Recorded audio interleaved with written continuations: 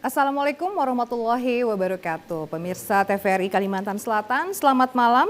Olahraga bukan sekedar soal medali, tapi soal sistem, pembinaan, dan keberanian berbenah.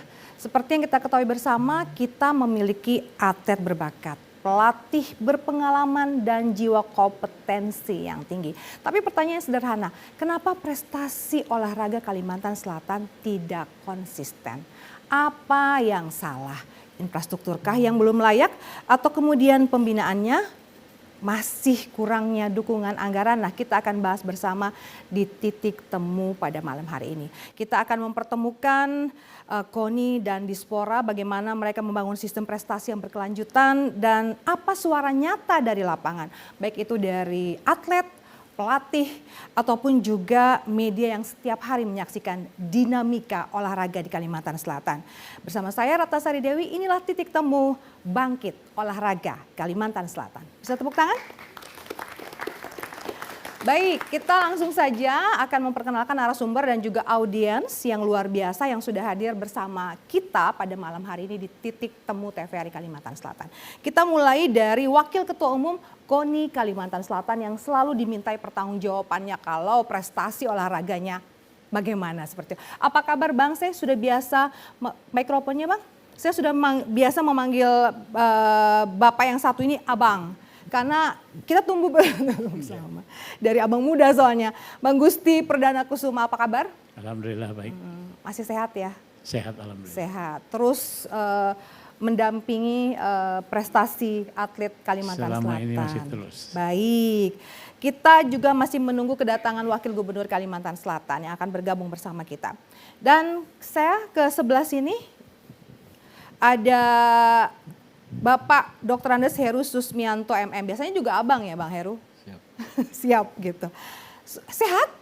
Alhamdulillah. Suaranya kurang keras. Oh kurang keras, Oke. ya alhamdulillah sehat. Ya, sehat begitu. Beliau adalah Kepala Bidang Peningkatan Prestasi Olahraga di Dispora Provinsi Kalimantan Selatan. Baik, dan ada teman saya di tengahnya. Beliau adalah Bang Saiful Anwar, wartawan olahraga yang sudah malang melintang bahkan lebih paham soal olahraga kayaknya. Alhamdulillah. Ya, karena nggak ada pensiunnya. Kalau orang di suatu organisasi gitu kan bisa berhenti atau berganti, beliau tetap. Ini sekarang udah pensiun di Banjarmasin Post, tetap aja jadi wartawan olahraga. 3 tahun sudah pensiun di Ya, Bipos. tapi tetap kan jadi wartawan olahraga di media lain. Media lain. Di Kalimantan media, Post. Iya, di Kalimantan Post.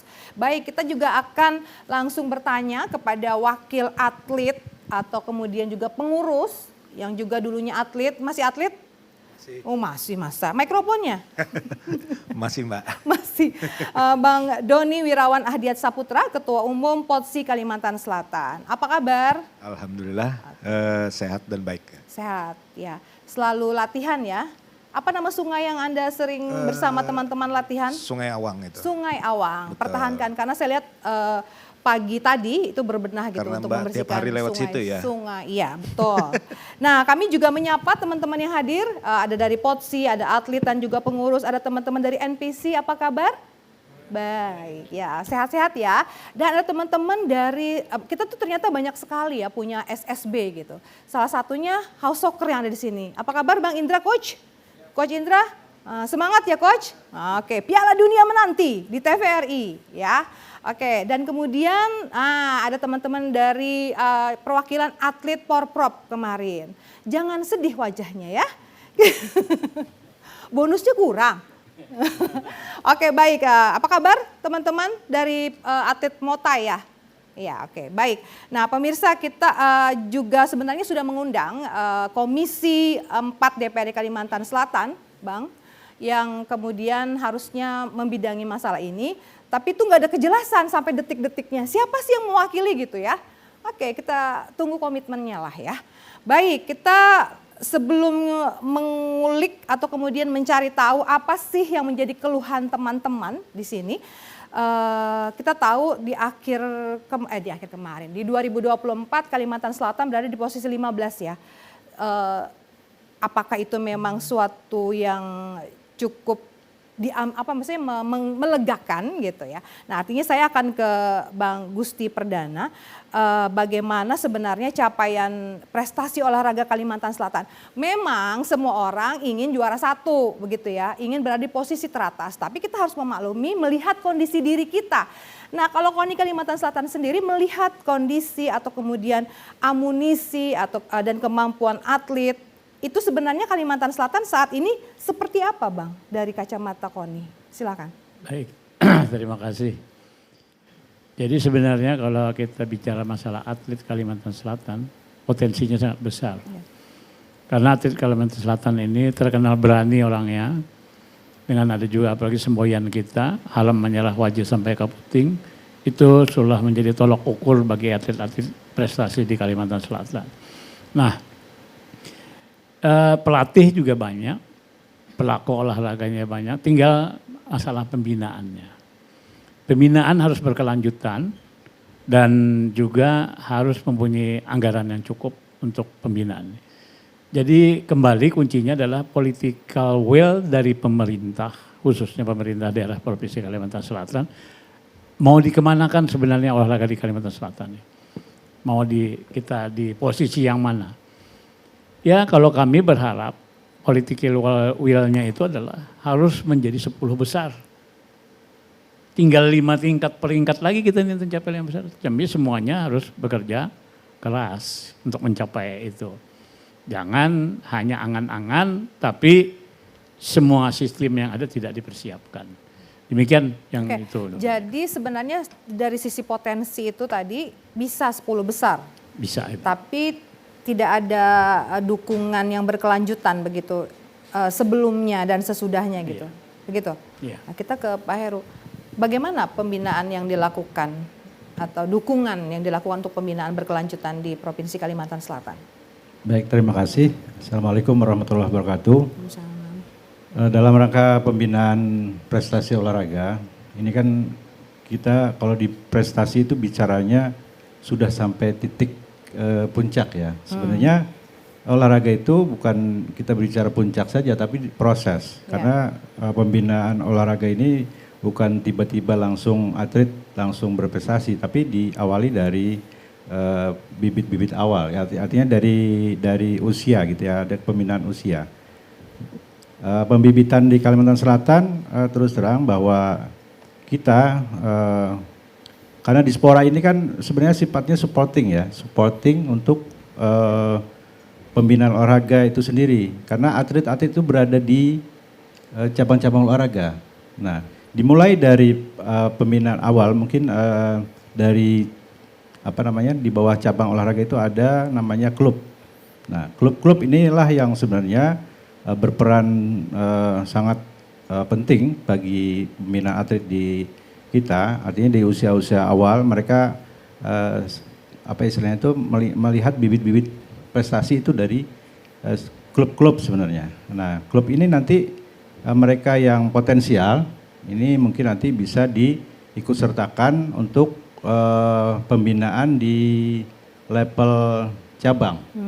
Nah, justru kita di provinsi ini kan kita punya target seperti ada target kita untuk level nasional.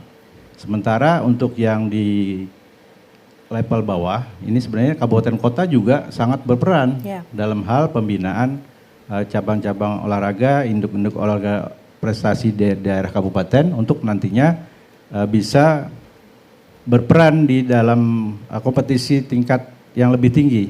Kalau di provinsi itu ada Porprov ya untuk yang prestasi di olahraga secara umum. Kalau di NPC mungkin ada Peparprov ya. Jadi sebenarnya ada pembinaan olahraga itu untuk prestasi baik di olahraga yang sifatnya umum dan juga di pembinaan olahraga yang disabilitas.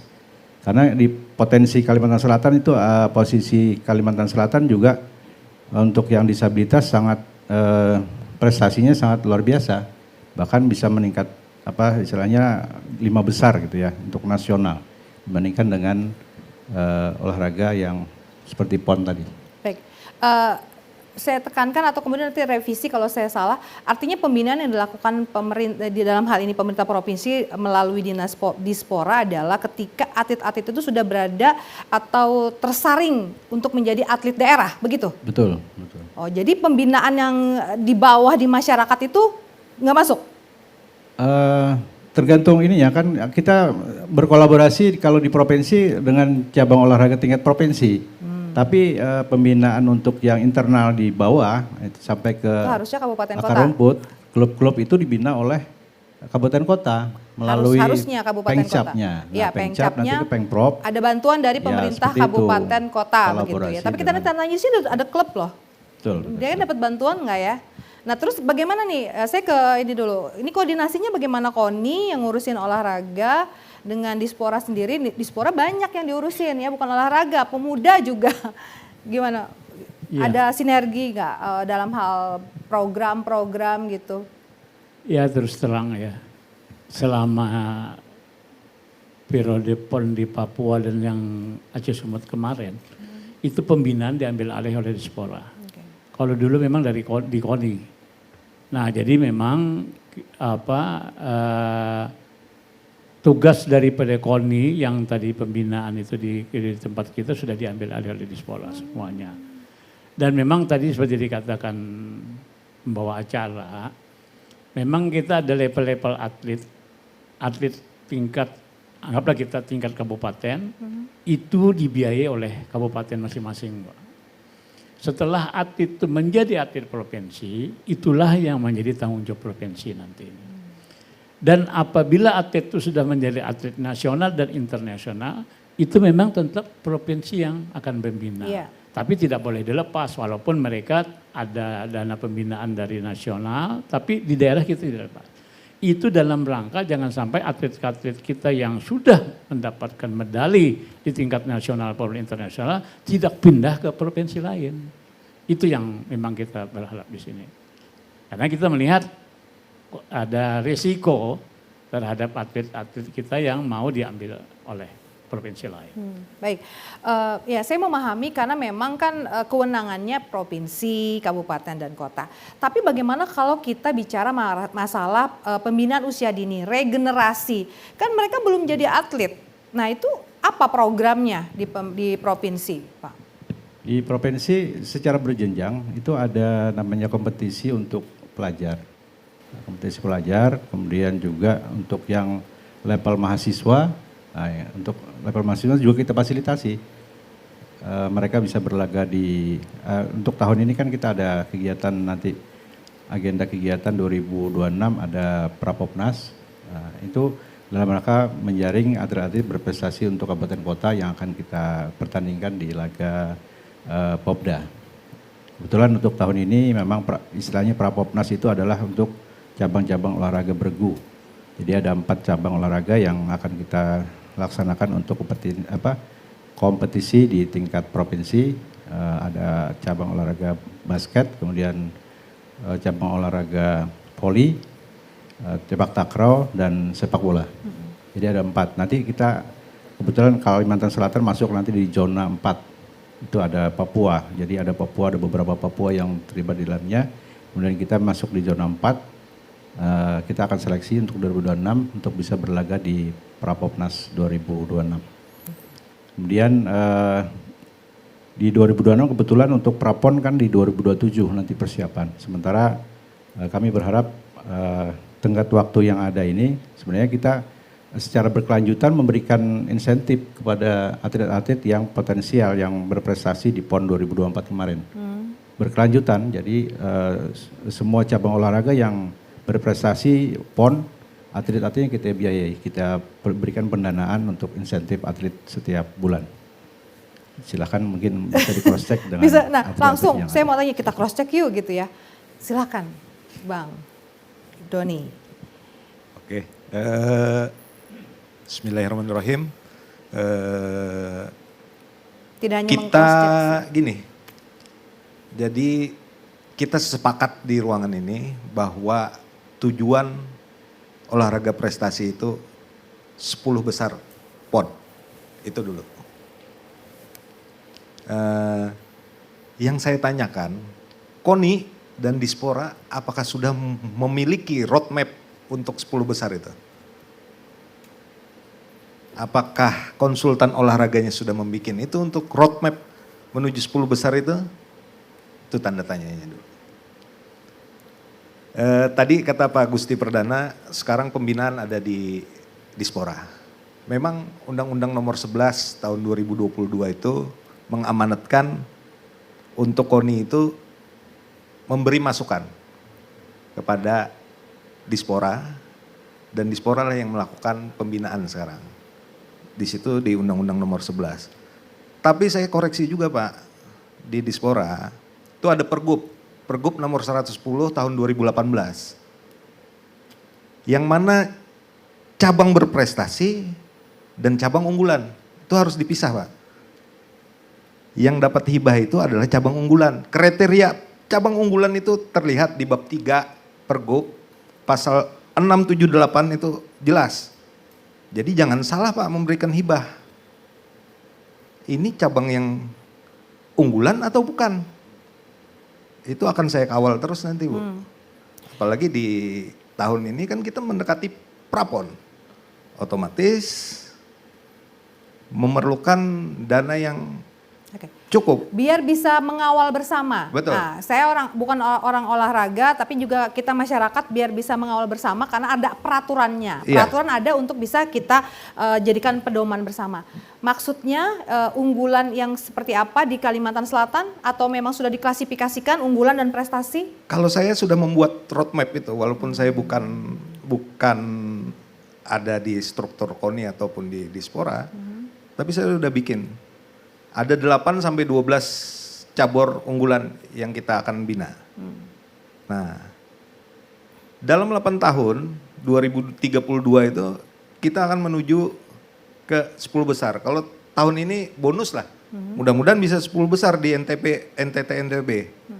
Nah, dengan penambahan 40% sampai 50% medali emas di 8 sampai 12 cabur itu. Nah sementara ini kan cuma 7 cabur yang mendapatkan emas di PON kemarin. Terakhir kita 1986 itu 10 besar Bu.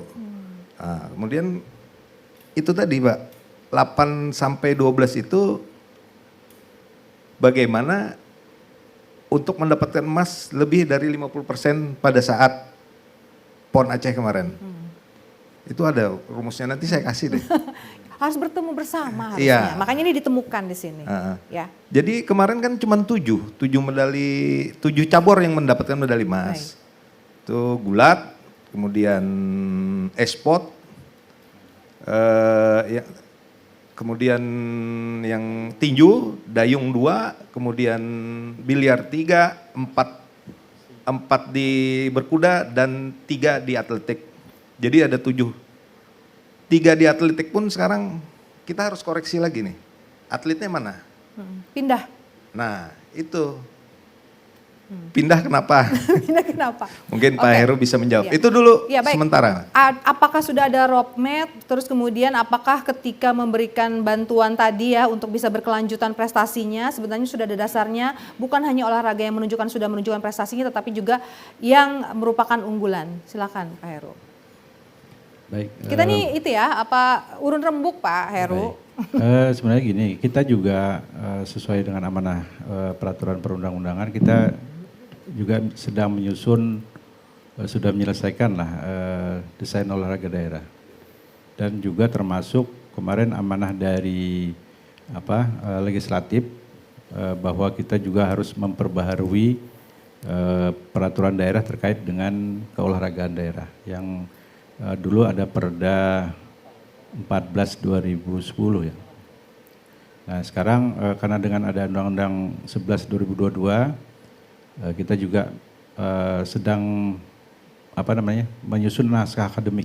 Sebenarnya sudah selesai naskah akademiknya. Mungkin nanti di akhir tahun nanti mungkin kita bisa komunikasi untuk bisa menyusun perda keolahragaan terkait dengan itu. Kemudian juga termasuk desain olahraga daerah.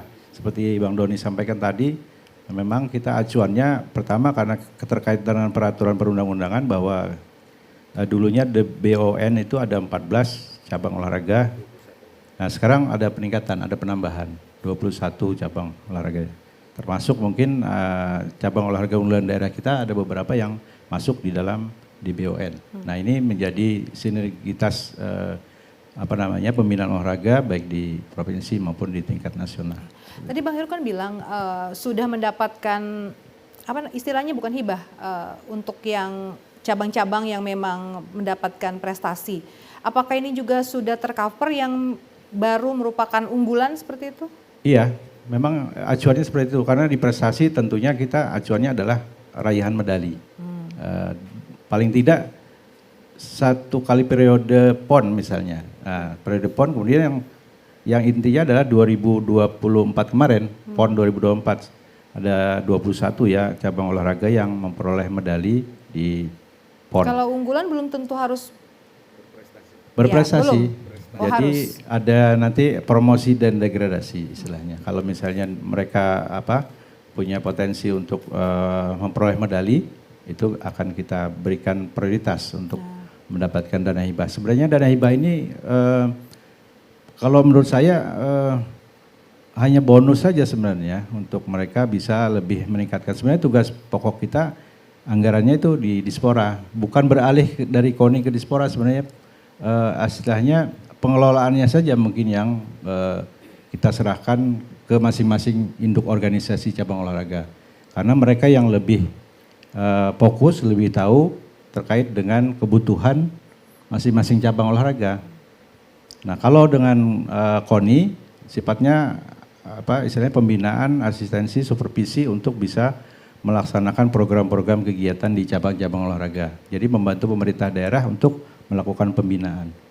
Nah kalau dulu mungkin anggarannya langsung di KONI, tapi itu KONI juga berdasarkan kebutuhan cabang-cabang olahraga sebenarnya. Bukan program kegiatan KONI, kemudian KONI memprogramkan sesuai dengan kebutuhan KONI, tapi itu adalah kebutuhan cabang-cabang olahraga yang diakomodir lewat KONI. Seperti itu. Sekarang pembinaannya langsung ke kami. Kami juga berkolaborasi dengan cabang olahraga, bukan Dispora menyusun sendiri. Ya, karena kebutuhan cabang olahraga yang banyak ini mereka spesifik, tidak bisa disamaratakan karena kebutuhannya juga berbeda-beda seperti itu. Tanggapannya Bang, apakah selama ini memang ada yang belum terayomi begitu sesuai pergub tadi dan cuman peraturan? Pemilahan aja Mbak, maksudnya gimana? antara Biar ketemu ya, antara olahraga yang berprestasi dan unggulan. Berprestasi belum tentu unggulan. Iya. Dilihat unggulan itu dari fasilitas, dari track record dan lain sebagainya, itu yang bisa dijadikan unggulan. Di pergub jelas, di pasal 7 bab 3 itu jelas Pak. Jadi unggulan, nah. Jadi ada yang tidak masuk itu ya ternyata selama ini. Ya memang nggak masuk kriteria itu. Cuman lebih objektif lah Dispora melihat untuk memberikan hibah itu jangan ini karena ada konflik of interest jadi lebih besar yang ini. Padahal prestasinya jauh di bawah yang ini. Nah itu yang harus ada sandaran hukum itu tadi maksud saya unggulan itu unggulan yang berupa apa? Kalau unggulan yang zaman dulu unggulan sekarang di bawah jangan diberikan lagi lah seperti itu. Sesuai porsi lah. Untuk memacu olahraga itu juga ya berprestasi gitu meskipun mungkin dia yang unggulan. Olahraga yang ini yang dulu unggulan yang ini bisa dibantu lebih akan melonjak dan potensinya tuh ada pasti. Baik, ini memang selalu akan berdebat karena masing-masing punya pemahaman. Tapi ketika kita mengacu kepada peraturan, harusnya nggak bisa ya. Itu memang sudah ada sandaran hukumnya jelas gitu. Tidak bisa dinegosiasikan lagi begitu. Kita ke Bang Saipul. Anda melihat seperti apa dinamika olahraga di Kalimantan Selatan, Bang? Kalau kita melihat potensi atlet dari Kalsel luar biasa sebenarnya. Contohnya dari tenis yang saat ini nomor 1, Rifki, itu asli orang Banjar. Tapi sekarang kan dia membela Jatim. Kemarin kita tahu sejarahnya, kenapa dia pindah ke sana. Mereka itu kan potensial waktu SMP. Mereka untuk bisa bersaing di nasional, mereka harus ke Jawa dan dananya besar. mereka ikut pelatihan di apa namanya, pelatihan di Gresik, dana 5 juta. Mereka minta ke KONI, ke PLT, nggak ada mendanai. Tapi Jatim menyanggupi biaya mereka. Akhirnya pindah dia. Hasilnya, Rifki kan peringkat 1 nasional. Dan meraih medali emas di SEA Games. Lalu dari berapa cabang olahraga kita si Dina Aulia. Dina Aulia kan sempat kita ketemu di bandara kemarin. Dia banyak bercerita sama saya. Salah satunya apa yang diutarakan oleh Pak Doni. Dia bercerita, saya kan atlet nasional. Saya tidak bisa lagi bersaing di Indonesia, harus ke luar negeri. Saya keluar uang sendiri. Dari bantuan-bantuan dari Pemkab AST.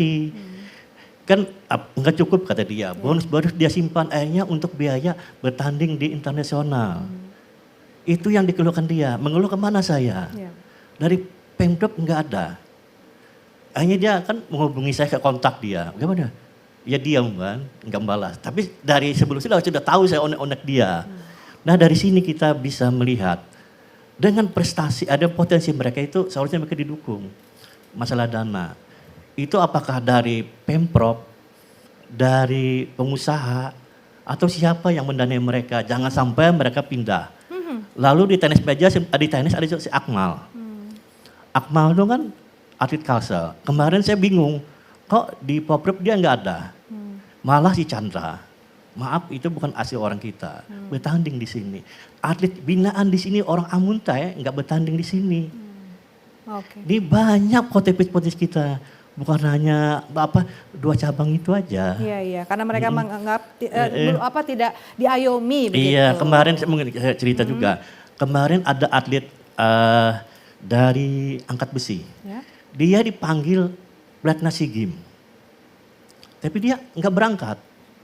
Masalahnya saya kerja, enggak ada izin. Menghidupi. Iya, enggak dia masih usia 20 tahun. Kan rata-rata atlet dari angkat besi kurang mampu semua. Kan binaan dari dari Dispora juga, namanya Sentra Pembinaan Olahraga Prestasi Nasional. Kan ada 2 kita. Bukan, Sentra Pembinaan Olahraga Prestasi Nasional ada 2 di Kalsel nih. Angkat besi sama dayung. Dan itu kan binaan di daerah. Di bawah naungan dari Dispora. Nah mereka tuh potensi. Kemarin waktu di PON, mereka masih usia 18 tahun. Bisa masuk 5 besar. Dia mengalahkan orang atlet angkat besi sudah puluhan tahun. Masuk tingkat 5 nasional. Saya menghitung, nanti di PON dia medali emas. Di kelas-kelas berat kan dia. Tapi dia mundur. Dia menolak ke SEA Games. Kenapa tidak turun tangan Pemprov sama KONI atau instansi terkait untuk mengatasi mereka? Misalnya saya jamin kamu, saya tanggung biaya kamu. Jadi kamu tenang aja di sana, masalah orang tua kami yang bangun. Bantu. Iya. Potensi-potensi yang dimiliki supaya mereka memang fokus untuk bisa memberikan prestasi kepada daerahnya begitu. Tidak lalu kemudian dipusingkan dengan ekonomi dan sebagainya. Tapi memang kita harus sepakati bersama, kalau bicara anggaran nggak pernah ada habisnya begitu, apalagi sekarang zamannya efisiensi. Tapi saya mau tanya ke KONI Pak, kita ini kan banyak pihak swasta, pihak ketiga yang memang bisa dirangkul gitu Pak. Apakah itu bisa dilakukan oleh sebuah organisasi seperti KONI? Itu banyak Pak, pemilik-pemilik tambang di Kalimantan Selatan yang harusnya diketuk gitu loh Pak. Diketuk hatinya, bukan diketuk kepalanya maksud saya ya. Oke silakan Pak. Baik, yang mengetuk hatinya itu Bu, pemerintah daerah, gubernur atau wakil gubernur. Nah bisa KONI Bu, kita semua ini dari cabang-cabang olahraga, kalau kita majukan proposal ke cabang olahraga ke swasta, ditolak? Bukan, diberi itu 500.000, padahal kita membutuhkan misalnya biaya 50 juta. 500.000. Oh sudah sering Pak? Sering dulu itu Bu, ini sudah. Makanya sekarang ini seluruh cabang olahraga itu berharapnya hanya di pemerintah daerah. Ini yang memang saya tidak tahu kenapa. Ya tadi kata Ibu pemilik tambang banyak, tapi orang yang peduli terhadap olahraga kurang. Itu yang memang kita harus ini, itu mungkin melalui Kadin atau apa, itu Iya, yang memang. asosiasi-asosiasi Tapi yang mengetuk pengusaha. itu bukan dari KONI, tapi harus dari pemerintah daerah, Bu. Tapi Zaman ya oke, sorry. Masalahnya ketika pemerintah itu yang mengetuk itu Pak, nanti buntutnya panjang, mintanya macam-macam Pak, izin inilah itulah gitu ya. Baik, nah gimana Pak tanggapannya? Kita bicara anggaran lah ya, kayak di Spora aja kan ada Dinas Pemuda dan Olahraga, ngurusin pemuda juga, ngurusin Ananggalu Banjar juga gitu kan. Nah sebenarnya prioritas anggaran itu seperti apa sih? Prosentase anggaran untuk olahraga tuh bisa buka-bukaan nggak Bang? Boleh. Ini ya sebenarnya kita kan kalau di prestasi ada kalender event ya, kalender event untuk kompetisi, ya kan baik di tingkat daerah maupun di nasional. Jadi ketika ada kalender event yang memerlukan anggaran lebih gitu ya, untuk contoh misalnya nanti di 2027 ada istilahnya prapon. Nah ini mungkin mudah-mudahan kita juga di Spora tentunya berupaya gitu ya, berupaya memenuhi harapan dari atlet gitu. Artinya kesempatan untuk bertanding itu karena event itu kan tidak bisa kita mundurkan dan kita tidak bisa majukan. Contoh kemarin di 2023 itu punya prapon, ada beberapa yang kita juga sebagai tuan rumah, kemudian juga kita mengirimkan atlet untuk bertanding di luar daerah. Nah, kendala kita juga di sisi anggaran. Ini teman-teman mungkin di atlet, karena prapon itu sifatnya tidak tersentral di satu titik karena seluruh Indonesia. Tergantung nanti cabang olahraganya menyelenggarakan prapon di mana. Contoh misalnya ada yang di Dayung, mungkin di mana kemarin praponnya di Riau. Nah, ini kan perlu anggaran 2 kali penerbangan. Sedangkan satuan belanja kita terkendala, kita pukul rata ini satu tempat. Nah, antisipasi itu nanti 2027 insya Allah akan kita berikan klasifikasi nanti. Jadi ada yang 2 kali penerbangan, ada yang 1 kali penerbangan. Nah, karena ini sifatnya perencanaan atau setahun sebelumnya, jadi kita belum bisa memprediksi karena setiap cabur belum menetapkan di mana pertandingan atau tuan rumah prapon itu dilaksanakan. Sehingga kami ambil nanti insya Allah ada klasifikasi gitu untuk yang di 2 kali penerbangan, ada yang 1 kali penerbangan. Nah mudah-mudahan nanti bisa terakomodir kebutuhan atlet untuk di 2027. Masalah anggarannya, kan kita melihat seringkali kepedulian terhadap satu sektor itu kan dilihat dari postur anggarannya. Nah gimana anggaran untuk olahraga sendiri? Untuk anggaran olahraga yaitu tadi kalender event. Kalau kita jadi cuma mengacu kepada kalender event aja. Event. Kan ada pembinaan. Ya pembinaan kan tidak melihat kalender event harusnya. Ya ibaratnya rata-rata air kan gitu, kalau pembinaan kan seperti itu. Artinya ada yang nanti posisi kita di anggaran itu memang karena seperti tadi disampaikan ada efisiensi itu menyeluruh. Nah terus terang kalau kita buka-bukaan di sini ya anggaran kita saat ini mungkin 30% saja dari anggaran tahun sebelumnya. Itu untuk total ini ya. Rata-rata kita di 200, anggaplah 200 gitu ya tahun kemarin. Nah saat ini hanya 70. Nah berarti sudah ada pengurangan-pengurangan. Nah kebetulan di 2026 memang kalender eventnya hanya beberapa yang istilahnya bisa kita fasilitasi di cabang-cabang olahraga. Alhamdulillah belum ada kegiatan yang sifatnya pertandingan yang multi event. Nah, multi event sehingga hanya single event. Nah, single event mungkin nanti kita berdasarkan skala prioritas.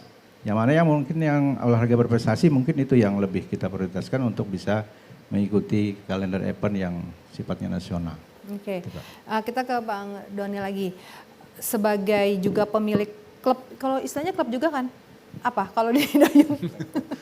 Ada klub di bawah kan? Pengcap ya. Iya kan ada kan? Ya, saya taunya bola aja. Bola aja. Nanti kita main dayung juga. Iya.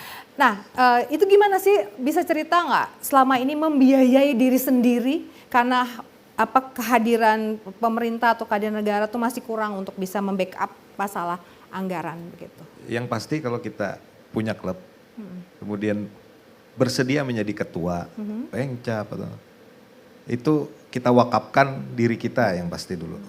Yang kedua, harta kita wakafkan.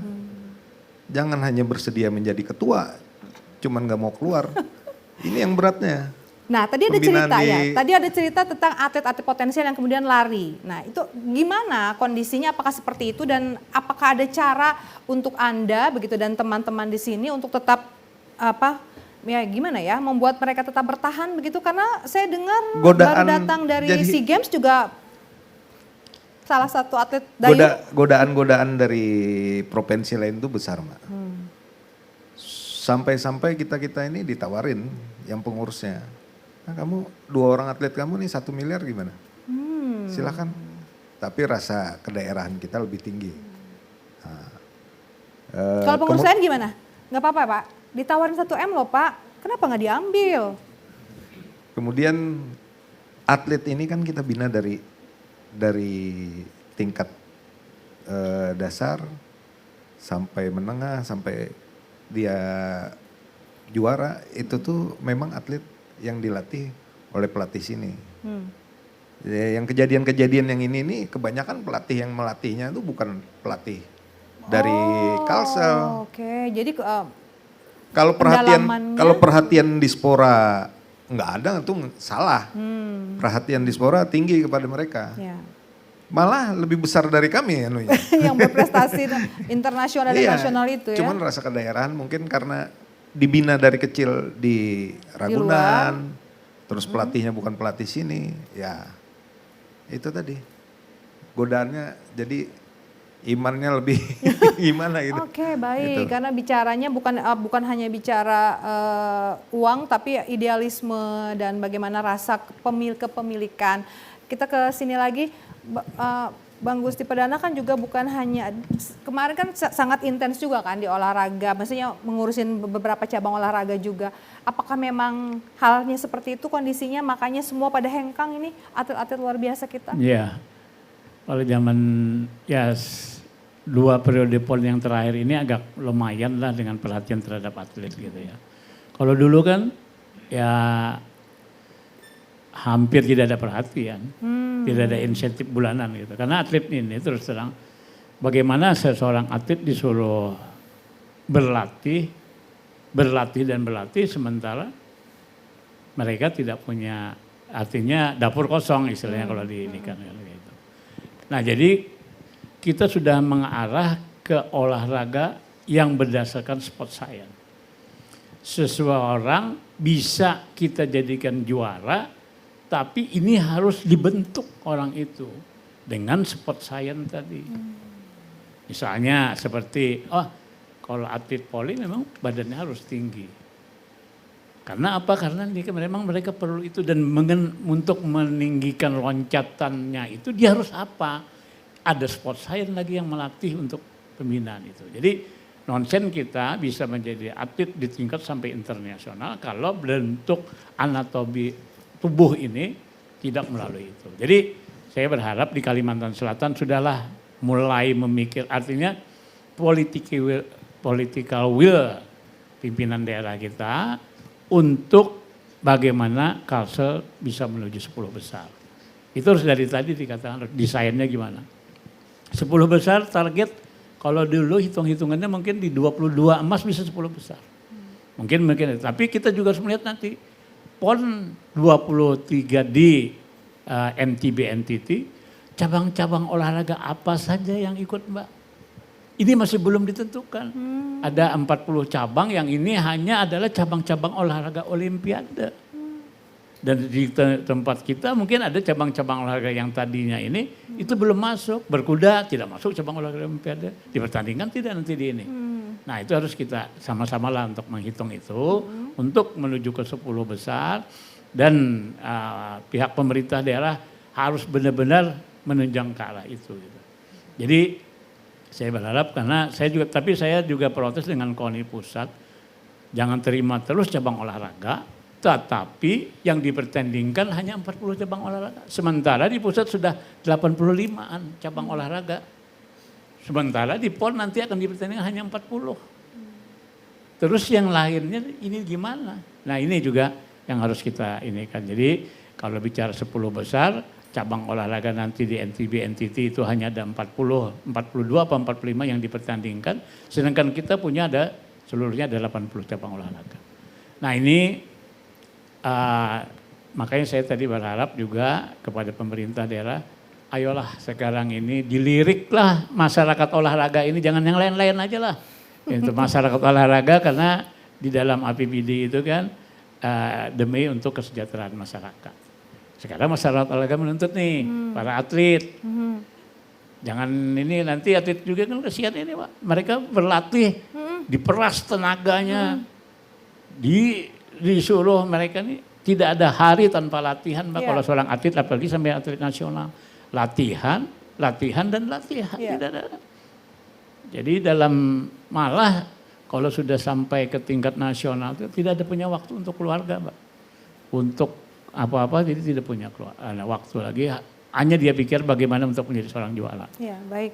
Ya saya sebenarnya sudah nggak sabar nih ya mendengarkan cerita, pertanyaan dari audiens. Nah, sebelum nanti kita setelah jadinya kita perbanyak aja ya, kita sepakat kita perbanyak pertanyaan-pertanyaan dari floor begitu. Nah, terakhir di sesi ini Bang Saiful, kan ketika sebuah cabang olahraga tuh kurang mendapat sorotan itu sering terlupakan Bang. Nah, apa sih yang menarik perhatian dari media atau pers sendiri biar bisa dibagi gitu untuk bisa diekspos begitu, karena kadang-kadang yang terlupakan ya karena memang kurang diekspos gitu, jadi untuk gairah dia untuk berprestasi juga kurang terkadang. Kalau kita wartawan, kita pribadi ya, kalau kita semua cabang kita angkat beritanya. Cuma tergantung dari Pemprovnya sendiri. Terkadang kita hubungin, ya agak susah ya.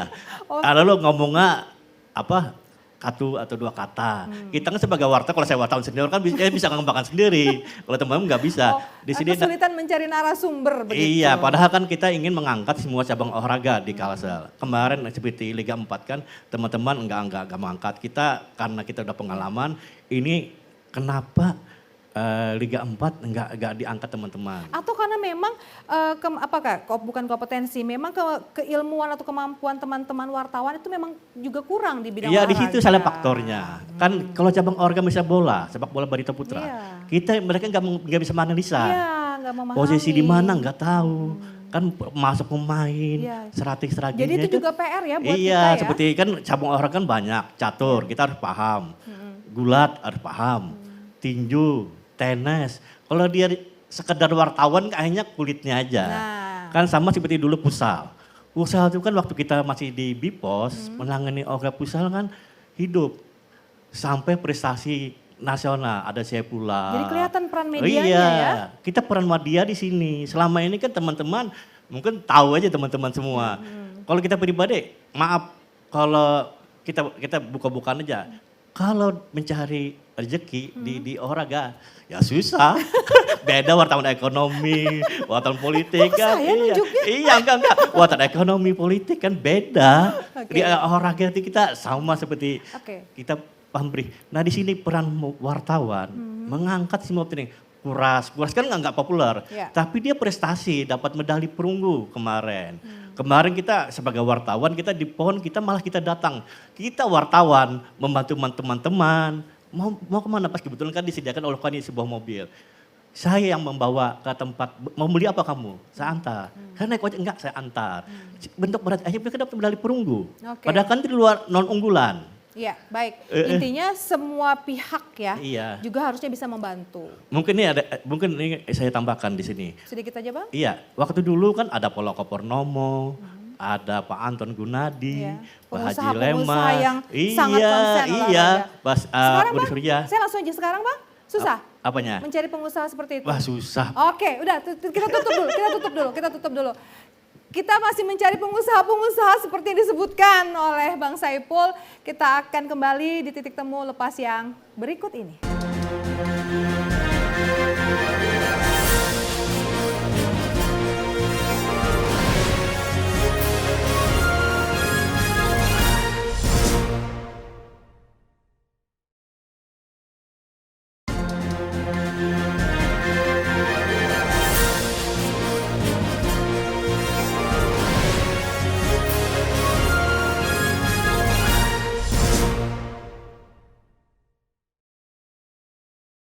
Baik, Anda masih bersama kami TVRI Kalimantan Selatan dalam Titik Temu. Kita bicara tentang kebangkitan olahraga Kalimantan Selatan.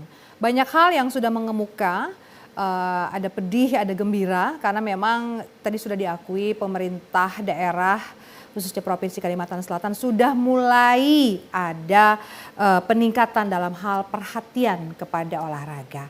Tapi banyak juga yang memang masih harus diperbaiki untuk bisa memajukan prestasi olahraga Kalimantan Selatan. Kalau tadi narasumber sudah banyak bicara, sekarang seperti yang saya sudah perkenalkan, kita juga kehadiran teman-teman dari berbagai unsur atau berbagai cabang olahraga yang akan bicara terkait apa saja yang dirasakan mereka, dan atau mungkin mereka juga punya solusi yang selama ini tidak pernah terpikirkan oleh para pemangku kepentingan. Baik, saya persilakan untuk para hadirin yang akan bertanya. Siapa? Silakan angkat tangan dulu. Oke, 1, 2, ada lagi?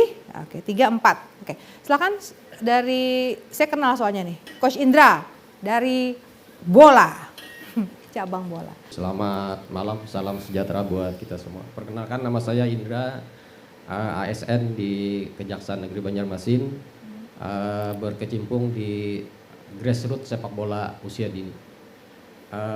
Ada beberapa hal yang selama ini kita alami dan kita jalani ya. Tadi saya menyimak di bawah pembicaraan di bapak-bapak di depan bicara masalah pembinaan.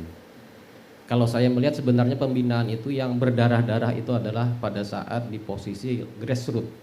Itu yang berdarah-darah. Kenapa berdarah-darah? Karena pembinaan di situ lebih banyak peran serta dari orang tua. Bagaimana mereka ingin anaknya mungkin menjadi atlet. Di sepak bola, pembinaan usia dini, ya, mereka berlatih bayar. Sudah itu pada saat berlatih bayar, setiap hari berlatih, mereka butuh kompetisi, mereka butuh turnamen. Hal tersebut jarang ada kompetisi resmi atau kompetisi yang reguler. Akhirnya anak-anak tersebut untuk menjadi tolak ukur bagaimana potensi mereka bisa bersaing di level nasional, orang tua berdarah-darah untuk mengumpulkan uang bertanding ke nasional. Jadi bicara pembinaan itu bicara biaya besar. Harapannya di level pembinaan usia dini, pada saat mereka sudah masuk ke usia remaja, stakeholder yang ada sudah menyiapkan kompetisi reguler supaya mereka bisa punya daya saing di level nasional. Sudah itu tadi juga bicara masalah blueprint. Kami di SSB House Soccer Banjarmasin sudah punya blueprintnya, Pak. Blueprintnya begini. Anak-anak di usia dini pada saat mereka usia remaja, mereka di sepak bola usia dini mentoknya nanti di usia 17. Selesai mereka suratin, mereka tidak akan punya kompetisi lagi. Ada beberapa anak, ada beberapa atlet pada saat ketemu saya di pekerjaan saya tanyakan kenapa kamu di sini. Mereka karena tidak ada kompetisi yang diikuti, mereka akhirnya jualan gula putih, sabu-sabu, karena tidak ada kegiatan lagi. Dan nggak ada pekerjaan, karena selama ini fokus olahraga. Blueprint kami, apalagi saya menghimbau ke kawan-kawan yang punya SSB, blueprintnya setelah usia 17, usahakan mereka punya klub Liga 4. Supaya mereka punya kegiatan lagi. Kalau tidak ada kegiatan yang lain, otomatis kita tidak cuma bicara masalah prestasi, kita bicara masa depan anak-anak. Itu penting. Bicara prestasi harus juga bicara masa depan mereka. Sudah itu di pembinaan kami yang berjalan 5 tahun, alhamdulillah kita sudah bisa melahirkan satu atlet putri main di level nasional sepak bola. Kami mensiasatinya karena di sini sepak bola putri tidak begitu diakomodir. Kami mensiasatinya ada beberapa anak yang berpotensi entah di klub kami atau di daerah lain. Kami kirim ke Bandung, ikut berkompetisi di Bandung. Terlepas mereka nanti bisa mengikuti jejak satu atlet yang sudah jadi pemain timnas, kami berharap atlet 2-3 orang yang kami kirim bisa bermain atau setidak-tidaknya berkompetisi di Jawa Barat. Karena itu tadi, di sepak bola kami merasa untuk sementara kami tidak punya bapak atau ibu yang mengayomi kami. Artinya kami pembina orang tua memikirkan terhadap anak kami sendiri. Caranya ya seperti tadi, atlet yang berbakat kami bina, kami kirim ke Jawa untuk berkompetisi. Oke, Jadi Pak. harapannya stakeholder yang ada selain memikirkan prestasi, pikirkan juga grassroots yang ada. Blueprint itu penting terhadap pembinaan. Mungkin itu yang bisa saya sampaikan. Bang Indra, Coach Indra kan pemilik klub ya. Ya. Tadi kan sudah disampaikan dipilah-pilah kalau atlet berprestasi, kabupaten, kota, dan tapi kalau di bidang klub yang berpembinaan, kayaknya nggak ada. Tadi udah disebutin nggak ada bapak dan ibu. Jadi gimana? Selama ini gimana urunan orang tua kah atau seperti apa? Jadi Sebagai seorang pemilik. Jadi kalau pembinaan di usia dini, kaki kanan itu pengurus, kaki kiri orang tua. Bisa jalannya, apalagi kegiatan kami bersifat kegiatan sosial. Kegiatan kami bersifat kegiatan sosial. Pada saat anak berlatih bayar 15.000 atau 20.000, mereka tidak bisa bayar, boleh bayar 10.000. Tidak punya uang 10.000, boleh bayar 5.000. Tidak punya uang 5.000, harus tetap latihan. Karena komitmen kami, tujuan kami, niat kami adalah membina atlet-atlet usia dini. Tapi hanya berusaha blueprintnya sampai di usia 17. Baik. Kedepannya 18, 19, 20 itu sudah tugas dari stakeholder sebenarnya yang harus menyambut kegiatan kami yang dari bawah. Tugasnya apa? Sediakan mereka kompetisi, sediakan mereka turnamen yang jelas, bikinkan mereka, kalau di sepak bola itu di Putri ada namanya Liga Pertiwi. Sementara ini Kalsel tidak pernah mengirim Liga Pertiwi. Akhirnya saya terpaksa mengirim atlet saya ikut Liga Pertiwi di Bandung. Mewakili daerah Otomatis mereka menjadi atlet daerah lain. Baik. Sudah itu disuratin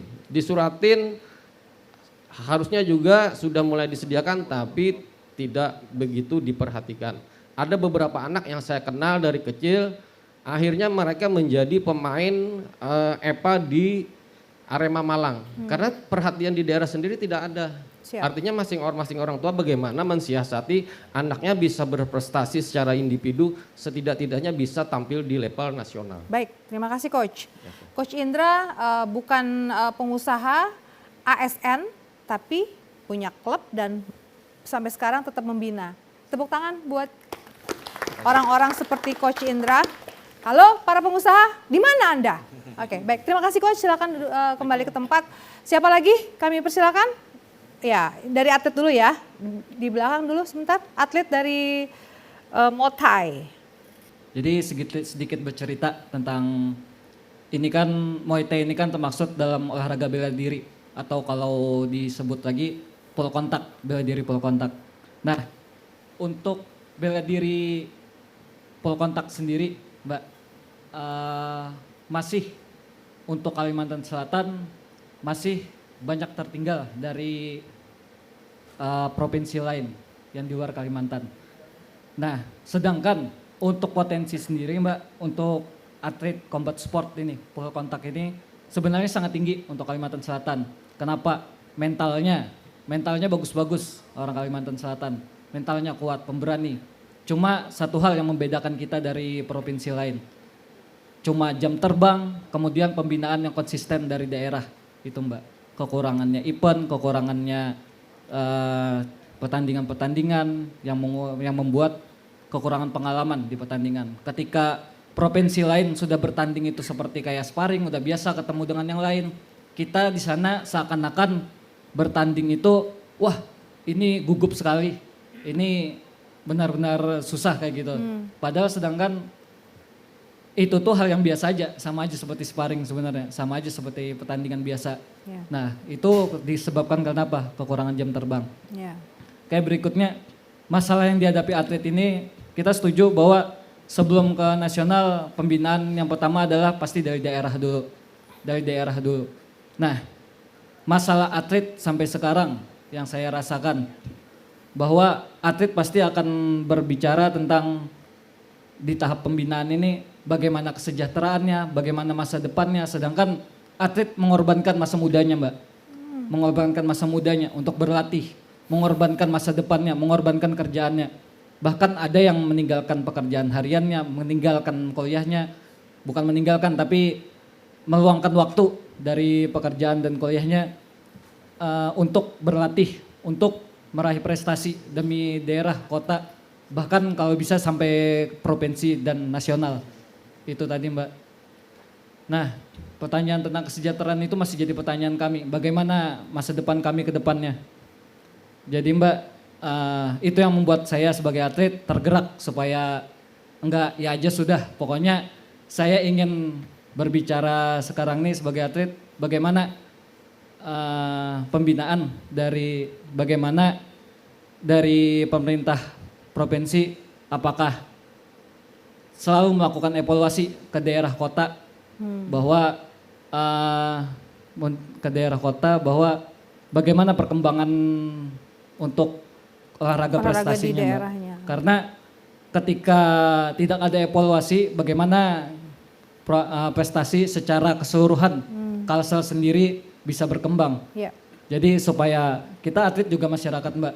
Dan atlet juga adalah aset negara yang dilindungi Undang-Undang Nomor 11 Tahun 2022 tentang keolahragaan, bahwa atlet berprestasi itu harus dibina atau ditanggung kesejahteraan Ada ya di dan undang-undang. pembinaannya Ada di undang-undang ya. dan pembinaannya oleh negara. Bahkan kalau untuk pihak daerah atau provinsi, atlet Polprov itu adalah aset daerah dan provinsi yang harus dibina juga, Mbak. Baik. Jadi dari atlet sendiri kami ingin kepastian, Mbak, tentang Ya. kesejahteraan. Tadi namanya siapa? Tadi Krisna Indra Oh, Sakti. Krisna. Krisna. Oke, baik Krisna. Oke, cukup ya Krisna. Oke, siap. Kalau Motai sendiri masuk kelompok kayaknya tidak ya? Tidak kan? Karena termasuk baru ya, tidak prestasi dan tidak unggulan begitu. Artinya nggak dapat selama ini nggak dapat dana ya, belum dana pembinaan gitu, nggak ada ya, Krisna ya? Tidak, ya karena belum ada dapat medali. Baik, silakan. Assalamualaikum warahmatullahi wabarakatuh. Waalaikumsalam. Perkenalkan, nama saya Masyhur, profesi sebagai pelatih dayung. Baik, di sini saya pengen memberikan masukan saja, yang mana untuk pembinaan ke depan, gitu ya. Karena tadi saya dengar itu ada atlet yang pindah ke daerah lain. Karena apa? Karena salah satunya kurang pendekatan gitu. Antara atlet yang berlatih di luar sama dengan pengurus daerah gitu ya. Sebenarnya untuk olahraga Kalimantan Selatan ini itu punya potensi besar gitu ya untuk berprestasi, dan harus juga dengan dukungan yang penuh itu dari petinggi-petinggi kita di daerah.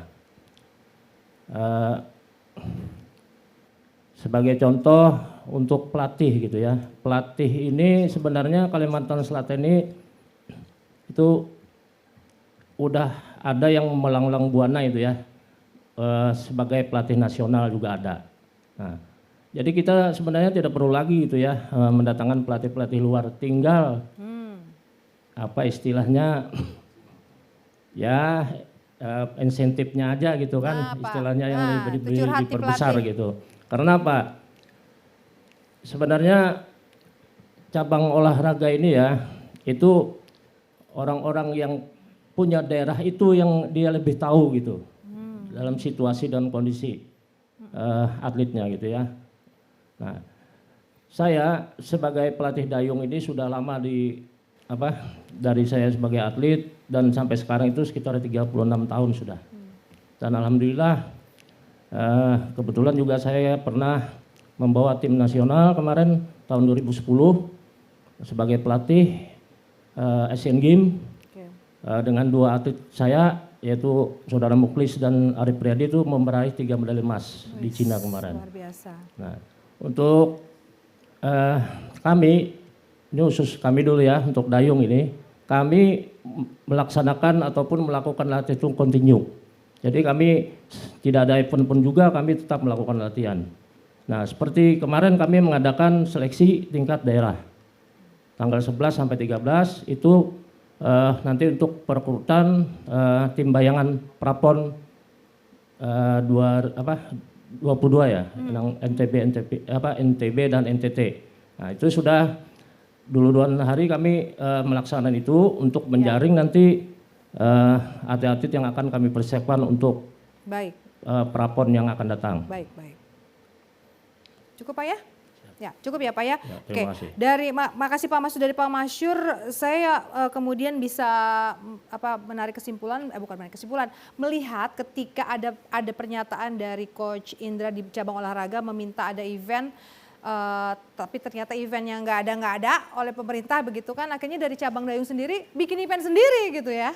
Ya betul, mau nggak mau gitu ya supaya atletnya memang benar-benar semangat gitu karena ada yang dituju gitu. Ini latihan-latihan ini saya mau bertanding dengan siapa gitu. Tapi kan saya cuma bisa ngomong seperti ini. Kata Coach Indra mungkin duitnya mana gitu ya. Untuk melakukan sebuah event itu kan tidak mudah begitu. Baik, ada lagi silakan. Ya, silakan Bapak. Bismillahirrahmanirrahim. Assalamualaikum warahmatullahi wabarakatuh. Waalaikumsalam. Kami dari NPC Provinsi Kalimantan Selatan, Ya. mohon maaf saya di sini membawa ada perwakilan Silakan, atlet perkenalkan, yang Pak. habis mengikuti ASEAN Para Games atau SEA Games.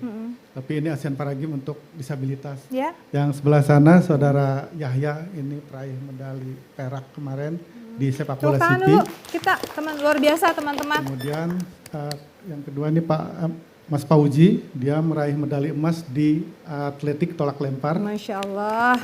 Kemudian Mbak Mia ini atlet tolak lempar juga, atletik memperoleh medali perak.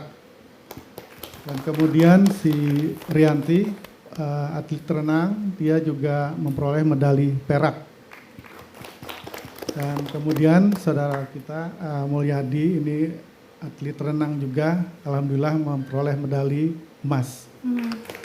Jadi kemarin kita membawa 17 atlet memperoleh 4 emas, 18 perak dan 6 perunggu. Jadi ya, Luar teman-teman biasa. kita mewakili Indonesia gitu.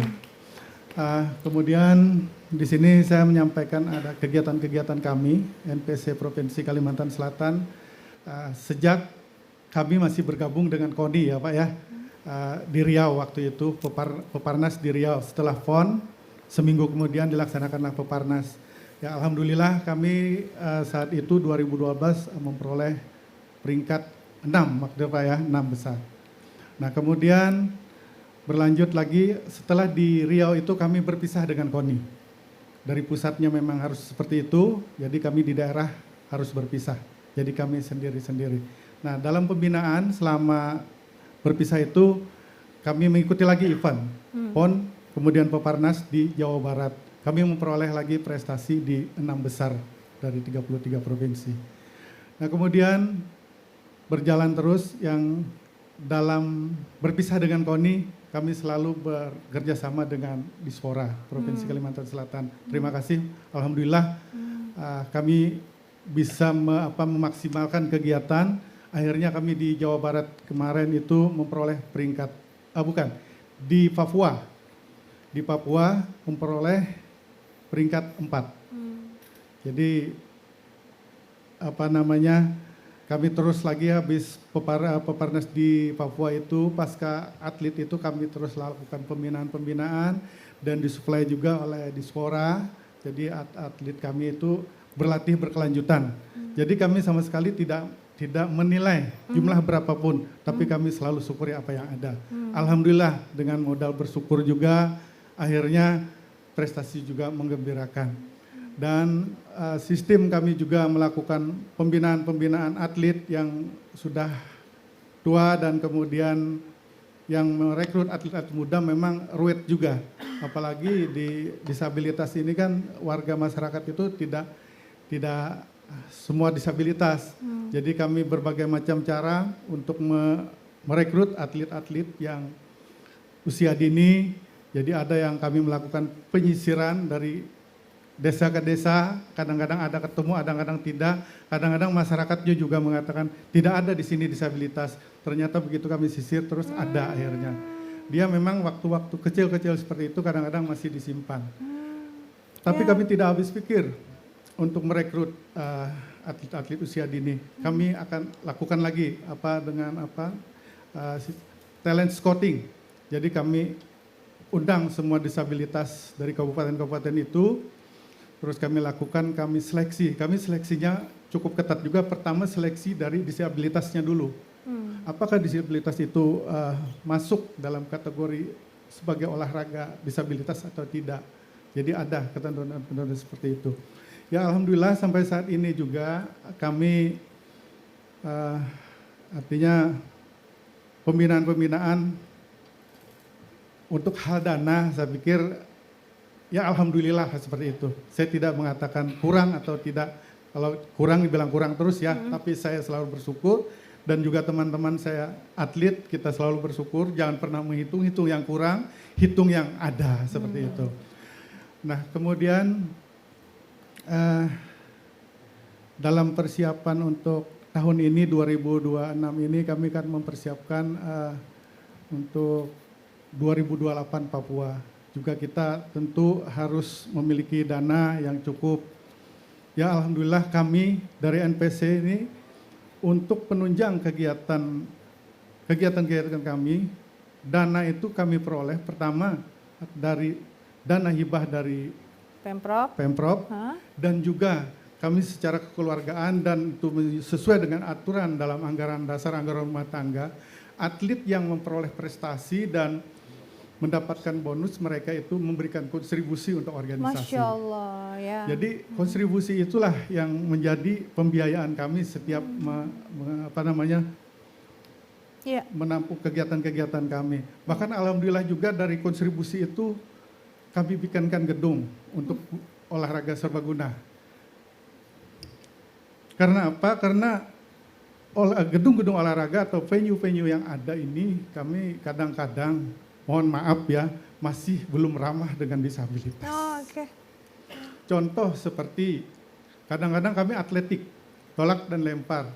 Latihan di salah satu lapangan, kadang-kadang yang punya lapangan udah berhenti, lapangan kami rusak karena lemparan bola itu segala macam. Ya akhirnya. Pak Heru, dengarkan Pak Heru. Akhirnya alhamdulillah kami beli lahan. Di Banjarbaru, beli lahan atletik, kami bisa gunakan untuk tolak lempar dan segala macam. Alhamdulillah prestasi mereka luar biasa. Tepuk tangan dulu dong buat teman-teman. Kemudian dan akhir-akhir ini juga memang lama sih teman-teman dari renang ini contohnya. Renang kami latihan di GOR ya Hasanuddin dan di sana kami atlet kadang-kadang tidur itu di di bawah tribun itu.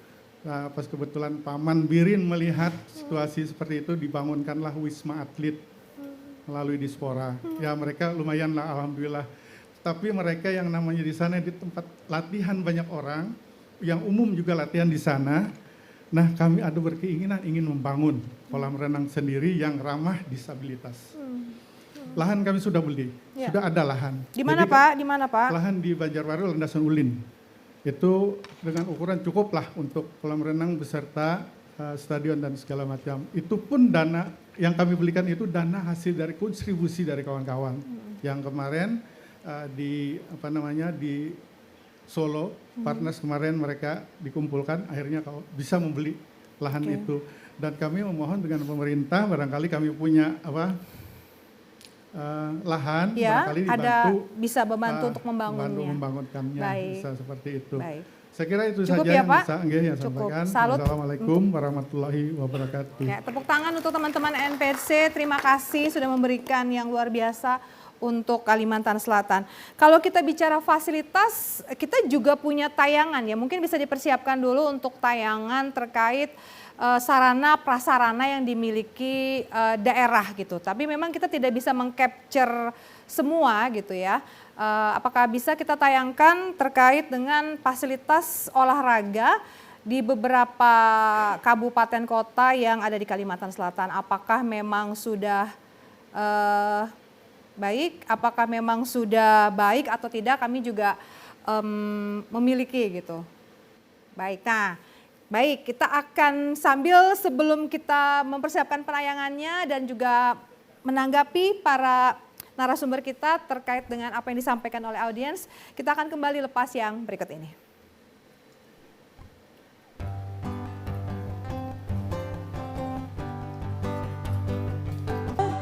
Ku akan selalu menjagamu.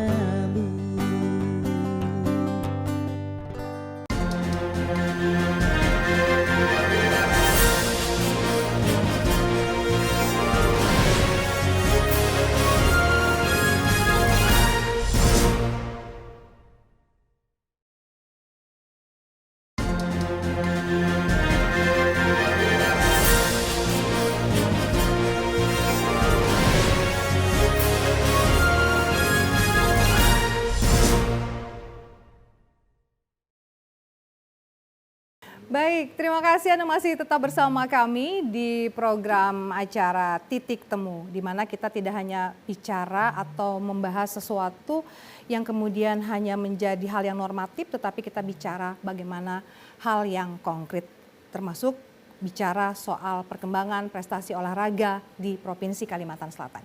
Baik pemirsa, tadi sudah banyak curhatnya teman-teman pelaku olahraga di Kalimantan Selatan tentang apa saja yang selama ini mereka rasakan.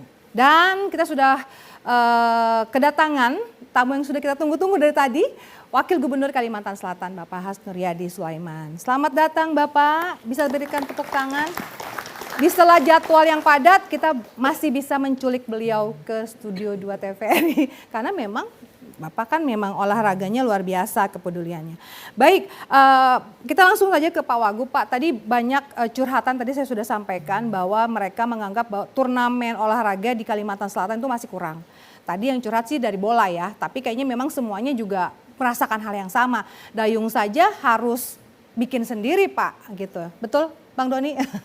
Untuk bisa memotivasi olahragawan atau teman-teman atletnya untuk bisa berprestasi memang perlu satu kompetisi gitu. Dan kemudian ada yang bicara bagaimana dengan olahraga-olahraga yang kemudian tidak menjadi prestasi atau kemudian jadi unggulan seperti dari Motai tadi untuk bisa lebih dipedulikan lagi. Belum lagi fasilitas NPC tadi bicara belum ada atau sebenarnya kurang mungkin ya, kurang ramah disabilitas. Udah punya lahan ya, terus udah bikin gedung, sekarang udah punya lahan di Kota Banjarbaru, tinggal bagaimana nih ada donatur, dermawan atau pemerintah yang kemudian membangunkan sebuah kolam renang khusus untuk para penyandang disabilitas. Itu juga mungkin keinginan bukan hanya dari NPC tetapi juga cabang olahraga lainnya. Silakan Pak Wagub. Bismillahirrahmanirrahim. Salam olahraga. Semua yang hadir sini, yang tentunya semuanya adalah pecinta olahraga. Dan kami atas nama pemerintah Provinsi Kalimantan Selatan tentunya pada kesempatan yang berbahagia ini mengapresiasi yang setinggi-tingginya. Dan terima kasih yang tak terhingga atas semua cinta, dedikasi dan perjuangan selama ini. Dan tentunya tidak sedikit waktu, tenaga, pikiran dan juga mungkin materi juga. Seluruh yang bisa kita serahkan, persembahkan untuk negara kesatuan Republik Indonesia ini melalui cinta dan tentunya melalui prestasi di olahraga. Bagi kami pemerintah Provinsi Kalimantan Selatan, kami tentunya ingin menjalankan program Asta Cita Presiden kita tercinta Pak Haji Prabowo Subianto, dan beliau tentunya mengutamakan bagaimana membangun sumber daya manusia. Banyak program-program beliau melalui makan bergizi gratis, sekolah rakyat, itu tidak lain adalah untuk menyongsong Indonesia Emas 2045. Dan salah satu yang diutamakan, diprioritaskan tentunya olahraga. Bagaimana beliau sangat mengapresiasi atlet-atlet kita, para pelatih kita, dan seluruh stakeholder yang terlibat di bidang olahraga. Dan kami tentunya pemerintah provinsi juga ingin melakukan hal yang sama. Dan mungkin kalau kita cermati di visi kami Kalsel bekerja, salah satu programnya adalah membangun, bukan stadion ya menurut saya, membangun fasilitas olahraga. Karena kalau stadion nanti orang hanya bicara sepak bola saja. Kebetulan kami ini diamanahkan di Barito Putra. Nanti mungkin masyarakat berpikir negatif, khawatirnya bahwa wah ini mentang-mentang Hasnur di Barito Putra terus hanya mengutamakan sepak bola saja. Mungkin tidak tersampaikan bahwasanya yang dibangun di situ tidak hanya sepak bola saja, tapi seluruh olahraga yang kami harapkan bisa memfasilitasi seluruh keinginan atau apa yang diharapkan oleh masyarakat Banua Kalimantan Selatan tercinta. Dan kami sepakat bahwasanya olahraga ini adalah alat pemersatu kita semua, alat pemersatu Banua Kalimantan Selatan tercinta, alat pemersatu negara kesatuan Republik Indonesia tercinta. Kalau kami sedikit bicara dulu masalah sepak bola, dari tahun 88 Abah mendirikan Barito Putra. Kenapa namanya Barito, bukan namanya Kalimantan Selatan atau namanya Banjarmasin? Karena Abah mengambil filosofi sebuah sungai Barito yang mempersatukan masyarakat yang hidup di sepanjang sungai tersebut dengan harapan bisa menjadi alat pemersatu kita semua. Waktu itu Abah bekerja di Kalimantan Tengah, tapi berdomisili di Kalimantan Selatan. Harapannya bisa menyatukan masyarakat Kalimantan Selatan dan Kalimantan Tengah dan mewakili dua provinsi tersebut. Itulah kenapa namanya Barito Putra. Jauh sebelum Barito Putra didirikan, Abah dan Mama mendirikan sebuah klub sepak bola yang namanya Persenus. Itu juga kami pernah bertanya, kenapa namanya Persenus, Persatuan Sepak Bola Nusantara. Karena Abah juga ingin menjadikan ini alat pemersatu kita semua. Menjadikan ini sebagai tempat buat kita, apapun sukunya, apapun agamanya, apapun latar belakangnya, tapi menjadi sebuah keluarga yang namanya adalah Banua Kalimantan Selatan tercinta melalui olahraga.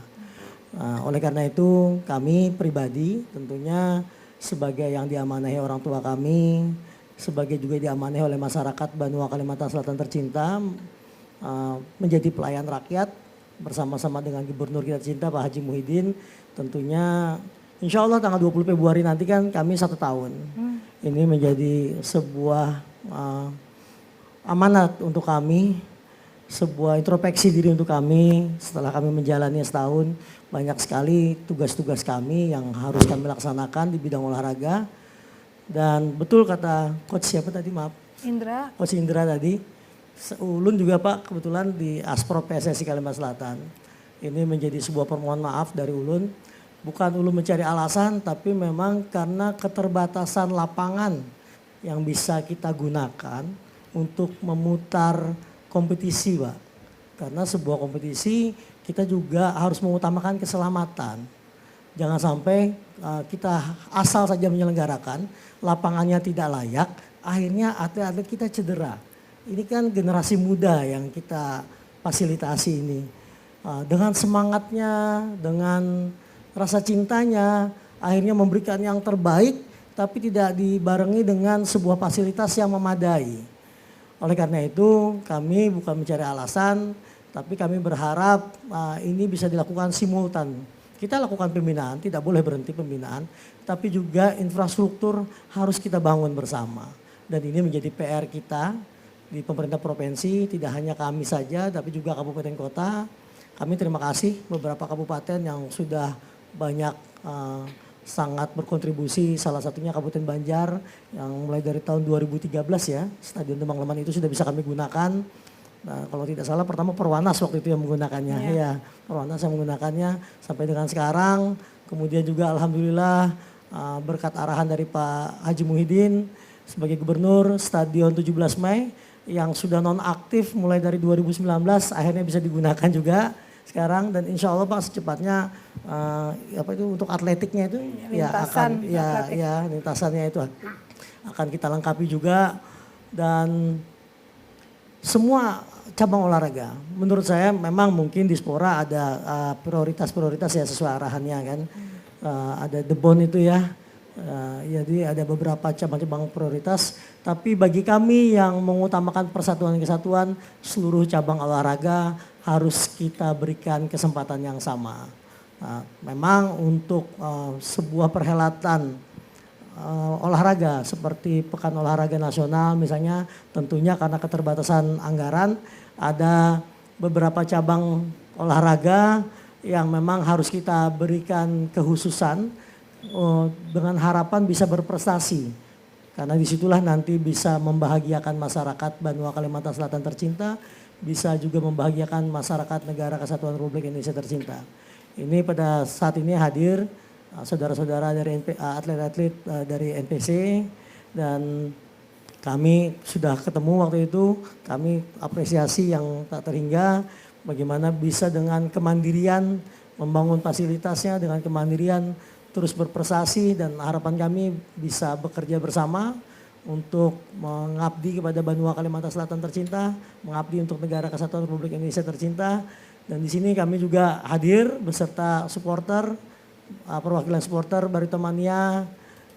Kemudian juga ada keluarga besar Barito Putra yang tidak berangkat ke Papua, kami hadirkan di sini karena kami ingin menyampaikan bagaimana rasa cintanya masyarakat ini kepada olahraga. Berikan tepuk tangan dulu dong buat Barito Putra. Terima kasih sudah hadir. Ya, saudara-saudara kami sudah di Papua saat ini. Insya Allah tanggal 15 nanti bertanding melawan Persipura. Ya, sesuai aturan kami peringkat kedua dan mereka peringkat pertama. Dan berharap di 9 pertandingan ini kita bisa memberikan yang terbaik dan bisa kembali lagi ke Liga 1 Indonesia. Amin, Allahumma amin. Amin. Harus bisa. Harus bisa. Harus bisa. Kita dukung ya. Ya. Insya Allah saya yakin dengan persatuan dan kesatuan kita, dengan didukung oleh seluruh masyarakat Banua Kalimantan Selatan tercinta dan dibimbing oleh pemuka-pemuka agama kita tentunya. Karena kenapa saya bicara pemuka agama? Di balik itu semua yang paling penting adalah bagaimana kita menjunjung tinggi sportivitas kita, fair play kita. Karena kan tadi saya sampaikan alat pemersatu kita semua, dan kita berharap yang kita utamakan adalah karakternya, membangun karakternya. Memang kita ingin memberikan prestasi, memang betul kita ingin memberikan kebanggaan dengan sebuah juara atau piala atau apapun itu. Tapi di balik itu semua yang paling penting adalah persatuan dan kesatuan kita dan bagaimana persahabatan kita dan menjunjung tinggi nilai-nilai yang ada di budaya Indonesia kita, yaitu bagaimana kita semua menjaga karakter Indonesia yang tercinta. Jadi harapan kami olahraga tidak hanya menjadi sebuah tempat kita berolahraga, tempat kita bersilaturahmi, tempat kita juga bagi atlet-atlet bagaimana meniti karirnya. Tadi disampaikan setelah jadi atlet ya, seperti apa. Mau jadi apa mereka? Ya, sudah mengorbankan masa mudanya katanya Pak. Ya, harapan kami kalau memang yang bersangkutan beliau-beliau memang konsen di situ bisa jadi pelatih misalnya. Atau bisa jadi kita kembangkan industri yang ada di olahraga tersebut, alat-alat olahraganya, fasilitas olahraganya. Kami ambil contoh misalnya ketua futsal kita sekarang Pak Haji Hadimi, ya, bagaimana beliau mengembangkan sarana olahraga, baik itu futsal maupun juga sekarang mini soccer, dan sekarang dilanjutkan oleh anak-anak beliau dan alhamdulillah setahu saya sukses. Dan sekarang beliau juga ada padel juga, ada olahraga lain. Jadi mari kita pecinta olahraga ini bersama-sama membangun industrinya. Industri tersebut tentunya harus bisa, pertama dulu tadi sampaikan, kompetisinya harus semuanya jalan, tidak hanya yang senior saja tapi mulai dari kelompok usia. Kalau kami di sepak bola itu mulai dari sekolah sepak bola sampai ada istilah kami itu Elite Pro Academy dari umur 14 tahun, 16 tahun, 18 tahun, 20 tahun. Setelah itu baru mereka ke senior biasanya. Dan ya sekali lagi ini menjadi PR buat kami terutama pemerintah provinsi dan pemerintah kabupaten kota di 13 kabupaten kota yang ada di Provinsi Kalimantan Selatan untuk membangun fasilitas olahraga. Dan setahu saya para kepala daerah dan wakil kepala daerah tersebut sudah berkomitmen. Contoh misalnya di sini di kota Banjarmasin, saya tahu persis Pak Yamin sudah menyampaikan ke saya ingin bersama-sama membangun olahraga juga. Kemarin saya sebetulnya kan kalau semua cabang olahraga kita bangun masing-masing tempat mungkin pertama biayanya. Ya, yang pasti biayanya, energinya maksud saya. Dan bagaimana kalau mungkin di tiap-tiap di kabupaten kota itu ada prioritas-prioritas, misalnya ada berbagi tugas. Tentunya dengan KONI, dengan Dispora masing-masing kita memetakan misalnya nih di Banjarmasin ini yang cocok kita kembangkan olahraganya misalnya saja ya, misalnya volley, misalnya badminton, Jadi basket. itu yang sarana itu yang dibangun. Itu dulu di sini misalnya Banjarbaru apa, ini hanya untuk mempercepat saja. Tapi pada akhirnya memang semua olahraga harus kita fasilitasi semuanya. Terutama yang diminati oleh masyarakat kita Banua Kalimantan Selatan tercinta. Dan itu mungkin perlu diberikan masukan oleh para pecinta-pecinta yang selama ini menggeluti olahraga masing-masing di tempatnya masing-masing. Dan kegiatan seperti ini menurut saya harus sering dilakukan. Selain silaturahmi kita bisa bertukar pendapat dan saling mengingatkan. Bagi kami tentunya ini menjadi motivasi, menjadi sebuah kecintaan yang semakin menambah semangat kami untuk berbakti dan mengabdi kepada masyarakat Banua Kalimantan Selatan tercinta, utamanya melalui olahraga. Mungkin itu dulu dari saya. Baik, kami di hampir 2 jam ini sudah menyepakati semua dalam ruangan ini bahwa Kalimantan Selatan itu 10 besar di PON mendatang. Nah, 10 besar di PON mendatang itu berarti semuanya sepakat dan kemudian sama-sama tuh punya roadmap. Nah, itu tadi yang dipertanyakan, apakah Pemprov punya roadmap, KONI punya roadmap, tapi ternyata belum ya. Nah, belum ya. Tapi sebelum bicara itu nanti sampean bicara langsung. Kita mau lihat dulu karena Bapak tadi banyak bicara masalah fasilitas. Kami ada meng-capture atau memotret sejumlah fasilitas olahraga di sejumlah kabupaten. Kita lihat tayangannya ya bagaimana potret dari sejumlah sarana prasarana di Kalimantan Selatan. Ini lapangan 7 Februari ya di Tanah Bumbu. Jadi ya seperti ini kondisinya, mereka harus berolahraga ya seperti ini kondisinya. Dan masih kurang ya di Tanah Bumbu, ada orang Tanah Bumbu? Oh, Kota Baru. Ini tapi tetap ya oke, ini Rudi Resnawan di Banjarbaru. Rasanya ini berapa tahun ya Pak Saipul di bangunan ini? 10 tahunan ya. Oke, kondisinya seperti ini, sudah harus mendapatkan sentuhan, ya. Ini, kalau ini udah nggak bisa dibilang, tadi Pak Wagub juga bilang bahwa ini salah satu yang mendukung olahraga di Mangleman. Dibantu PUPR juga. Oh ya, dibantu pemerintah provinsi. Seandainya nggak akan juruhan, mungkin nggak diperbaiki juga. Oke, baik. Iya, kemarin 22 stadion itu. Oke. Kami maunya ngajukan stadion 17 miliar dulu, tapi yang diperbaiki malah ini. Oke, bisa berbagi lah ya. Ini kebanggaan kita ya, Stadion 17 Mei. Tepuk tangan buat Barito Putra. Nanti boleh lah kita bicara masalah Barito Putra, mau seperti apa? Nggak boleh. Iya, mau ada semua. Ada legenda kita juga. Oh iya, Pak Frans yang mungkin bisa bicara nanti ya. Baik, kita ke Bang Nun. Silakan menanggapi pertanyaan dan juga menanggapi apa yang disampaikan oleh Pak Wagub. Tadi saya nanggapi pertanyaan dari atlet-atlet itu, yang penting itu career pathway-nya. Karir setelah dia menjadi atlet, khususnya atlet-atlet amatir ya Pak ya, yang di KONI ini, di bawah KONI dan Dispora. Tapi itu tadi, tunjukkanlah prestasi dulu. Semua akan ngikuti. Kalau belum ada prestasi sama sekali ya gimana jadi perhatian pemerintah. Jadi tunjukkan prestasi, ya kata saya tadi kalau mau jadi ketua jangan namanya aja. Terjun langsung, keluarkan semuanya.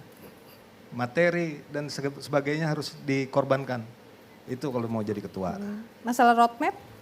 Masalah roadmap? Bagi-bagilah yang Anda sudah susun. Enggak, saya sudah ada nyusun 8 tahun menuju 10 besar PON. 10 besar PON. Itu salah satunya yang pasti terencana ya. Semua program itu harus terencana. Kemudian sistematik, kemudian terpadu, berjenjang, berkelanjutan, dan modern. Nggak bisa sekarang bicara nggak modern, sport science dan lain sebagainya. Peralatan pun harus modern, apalagi olahraga yang memakai peralatan. Contoh aja dayung. Kebetulan saya di dayung, peralatan dayung itu dikira orang murah. Daun dayung itu 9 juta satu. Kemudian perahu dayungnya itu 130 paling murah. Dari mana Anda Itu dari anggarannya? Portugal dan Bukan, dari mana anggaran itu selama ini? Anggarannya dari mana? anggarannya. Buka-bukaan Bang. Enggak. Soalnya tadi Jadi, bicara masalah pengusaha yang mulai kurang peduli, Pak Wagub. Ya. Mereka rindu Pak almarhum Pak Sulaiman Betul. HB. Siapa lagi sebutkan? Pak Loka Loka. Purnama. Iya, sekarang kayaknya nggak kedengeran. Betul, Atun Gunadi. Oke, silakan. Dari mana? Kebetulan kita punya network. Oke. Networking. Jadi biar ya berbagi. kita minta-minta lah CSR mereka. Oh, jadi ada. Tetap ada yang membantu. Selain pribadi. Itu pasti. Jadi masih ada kepedulian dari pengusaha-pengusaha teman Anda itu? Masih. Cuman adakan pendekatan lah yang pasti. Nah, saya senang tadi Pak Wagub bilang pengembangan stadion nanti bukan hanya stadion. Ya. Mungkin kayak kita saya pernah ke Iran, kemana itu. Ada Jadilek di sampingnya, kemudian ada Stadion Dayung dan lain sebagainya. Di Jepang juga seperti itu. Jadi sport center Kemarin saya gitu ya? Dina di sana pelatnas di Jepang, saya kebetulan ke situ ngelihat, oh ini. Nah, jadi saya setuju bukan hanya stadion, Ya. tapi jadi sport center Iya, sport center. dan jadi sport city kayak Palembang itu. Sport City. Sport city. Jadi membangun olahraga, Kota. membangun kota dengan olahraga. Membangun kota dengan olahraga. Itu Apakah kan- mungkinkah tadi dibilang 30%? 30% aja Enggak, loh, Mbak. Pak. Jadi gini, Anggarannya untuk olahraga sejarah di sudah- Dispora. Sejarah sudah membuktikan dibangunnya Hotel Indonesia, kemudian dibangunnya Sarinah itu karena ada Asian Games keempat, 1963. Kalau nggak ada momennya enggak. Enggak, kemarin LRT juga semua kan dibangun gara-gara Asian Games 2018. Iya. Jadi nggak Jadi salah semua- ya kalau Kalsel itu misalnya menyediakan diri atau menyiapkan diri untuk mengajukan menjadi tuan rumah tuh nggak salah ya. Betul. Nah, itu iya betul. Terus bicara Barito Putra, Iya. kebetulan kalau Barito Putra, orang tua saya ini kerjanya di Barito, Barito Pasifik. Jadi saya tahun 88 itu waktu Barito main Pelita Jaya sebelum itu saya ikut. Kemudian bapak saya salah satu kiper Persinor, Pak Ahdiat Sugian. Nah, Oke. jadi saya sangat dekat sama Barito ini. Baik. Jadi apa sarannya? Sarannya? Barito saat ini belum bisa mencetak pemain-pemain lokal. Itu kalau saya sih talent scouting, kita ada 13 kabupaten. 13 kabupaten itu kita pilih lah dengan sport science itu tadi, diambil apanya, dengan teknologi kedokteran yang sekarang udah tahu, oh tingginya bakalan sekian nih, ini sekian. Kita biayailah 2 orang, 13 kabupaten. Waduh, kalau udah jadi aja itu yang dari hulu sungai selatan, bapaknya nonton, keluarganya nonton, betapa anunya Barito akan besarnya itu. Itu keinginan saya akan datang, mudah-mudahan Barito bisa menelurkan pemain-pemain asli daerah. Oke, baik, terima kasih. Ini larinya ke Barito nih ya. Orang Barito yang datang. Ada Bung Frans, silakan. Saya mau dengar suara Bapak, Bung, tadi Bung Bapak, Frans Sinat, silakan. Bang, saya mau. Oh, boleh, silakan. Jadi gini, kita sudah memulainya sebetulnya. Jadi kalau pon terakhir kemarin, itu semuanya pemain asli Kalimantan Selatan. Ya kan Pak Fran ya, asli semua Kalimantan Selatan. Dan alhamdulillah kita sampai semifinal Pak. Itu sebuah menurut saya boleh dibilang bukti bahwa kita tidak kalah kok bibit-bibit kita gitu. Kita belum bicara pembinaan ya, tapi kita membuktikan bahwa kalau diberi kesempatan anak-anak kita, saudara-saudara kita yang di daerah-daerah itu semua bisa membuktikan semuanya. Dan itu terbukti kita waktu itu perebutan tempat ketiga kalah sama Aceh ya sebagai tuan rumah ya. Sebagai tuan rumah. Tapi selama penyisihan beliau-beliau itu sudah memberikan semangat yang luar biasa dan kekompakan yang luar biasa. Dan ini kemarin harapan kita bisa kita terus jaga dan suatu saat insya Allah mereka-mereka itu akan ke Barito. Tapi sekarang ini biar kita sebar dulu ke klub-klub yang ada di seluruh Indonesia untuk menambah pengalamannya. Oke. Gitu. Karena memang kalau dilihat sekarang standar Liga 1 ini sudah berbeda sekali dari zaman dulu. Dengan diperbolehkannya kuota asing sebanyak-banyaknya, naturalisasi di mana-mana, terus juga tapi kami tetap mempunyai prinsip kita yang mengutamakan pemain asli di daerah kita. Contoh misalnya di sini hadir 3 orang pemain asli daerah kita yang sudah melegenda, Fran Sinatra, ya kan kelahiran Amuntai kan Fran ya. Nah, walaupun sukunya Ambon, tapi kan kita yang penting beliau kelahiran Amuntai gitu. Dan mulai dari umur 12 tahun, Persenus ya, umur 12 tahun. Kemudian ada Pak M. Yusuf, ini juga mulai dari tim PON ya Pak ya. Perseban ya waktu itu ya. Ya, terus Pak Marjono ini juga sampai selesai memang betul-betul mengabdikan diri untuk sepak bola Banua. Dan sekarang beliau-beliau ini adalah contoh buat kami adik-adik beliau bahwa setelah beliau-beliau ini selesai dengan karirnya di sepak bola, tapi tetap terus mencintai olahraga khususnya sepak bola dengan caranya masing-masing.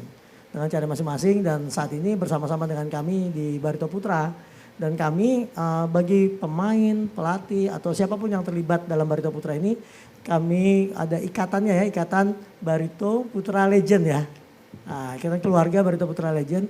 Jadi berharap dengan kekeluargaan tersebut yang disampaikan Abah, sekali keluarga kita selamanya adalah keluarga Banua Kalimantan Selatan tercinta dan ingin mengabdi kepada Banua melalui olahraga. Baik, Silakan, kita minta motivasinya Pak Frans. Tadi sudah disebutkan bahwa Pak Frans di sini, Pak Frans silakan berdiri. Motivasinya, tadi ada pernyataan dari teman-teman atlet, kita sudah direnggut masa mudanya. Masa depan kita seperti apa gitu ketika ketidakpedulian itu masih kurang dirasakan begitu. Bisa memotivasi dan mungkin bisa berbagi begitu kepada atlet-atlet muda. Pertama-tama saya mengucapkan banyak terima kasih.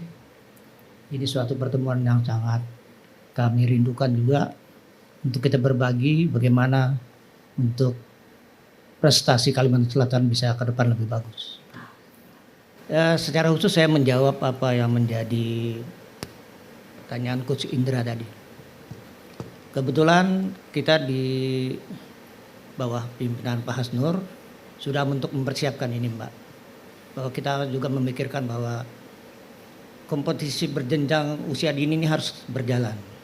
Dan ini sekarang kami rancang, kami sudah mau mengajukan ke Asprop Kalimantan Selatan dalam pimpinan Pak Hasnur agar apa yang menjadi kerinduan para pelatih SSB yang ada di Kalimantan Selatan ada satu wadah kompetisi yang bisa berjalan dengan baik. Dan saat ini memang itu sedang kami rancang. Untuk motivasi saya rasa bahwa pengorbanan lebih penting, Bu. Bahwa tidak ada prestasi yang bisa kita capai dengan kita santai dan kita tidak berjuang semaksimal mungkin. Satu contoh, Mbak. Mungkin bagi orang tidak mungkin, Bu.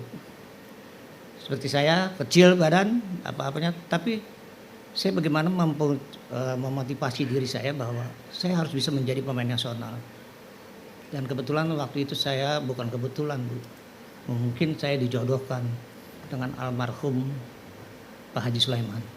Suatu pembina, satu bapak, satu orang tua yang benar-benar membawa diri beliau untuk yang seperti Pak Hasnur bilang tadi, menjadi kebanggaan Banua.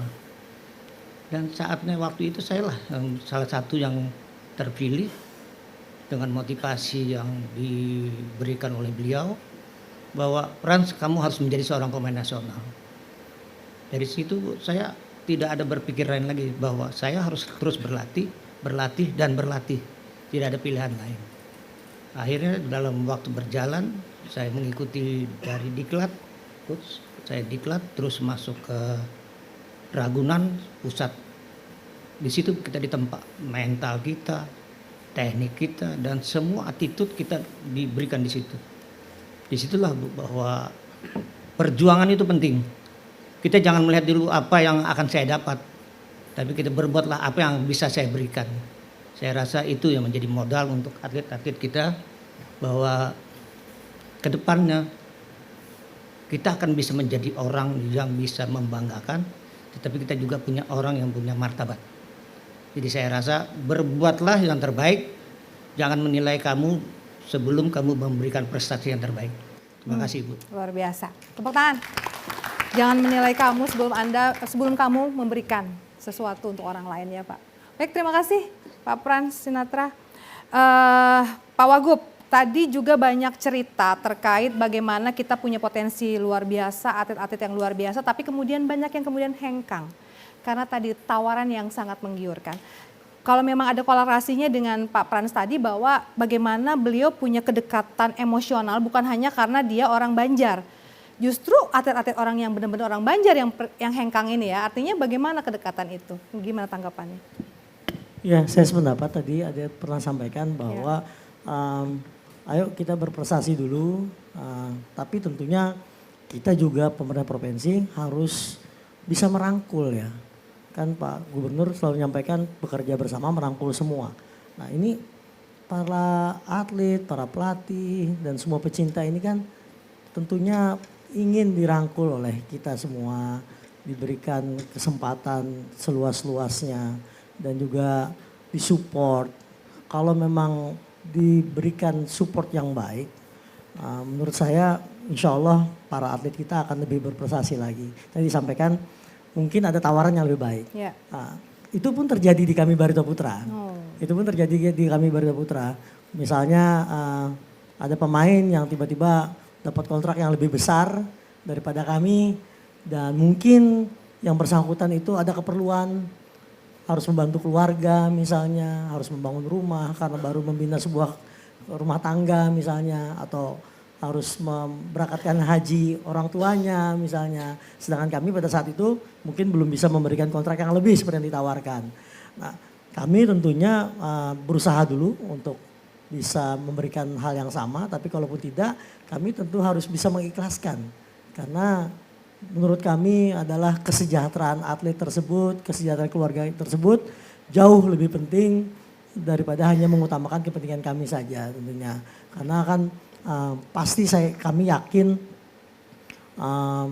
kalau memang sekali keluarga selamanya keluarga, setelah mungkin merantau kemana-mana akan kembali lagi. Tapi untuk atlet-atlet yang terus berpindah jadi provinsi yang lain, memang ini menjadi PR untuk kami di pemerintah provinsi.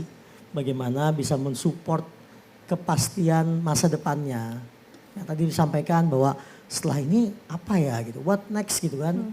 Terus bagaimana ke depan, sedangkan misalnya contoh ya, ada atlet yang sangat berprestasi, ingin berlatih tapi ternyata tempat latihannya tidak memadai di sini.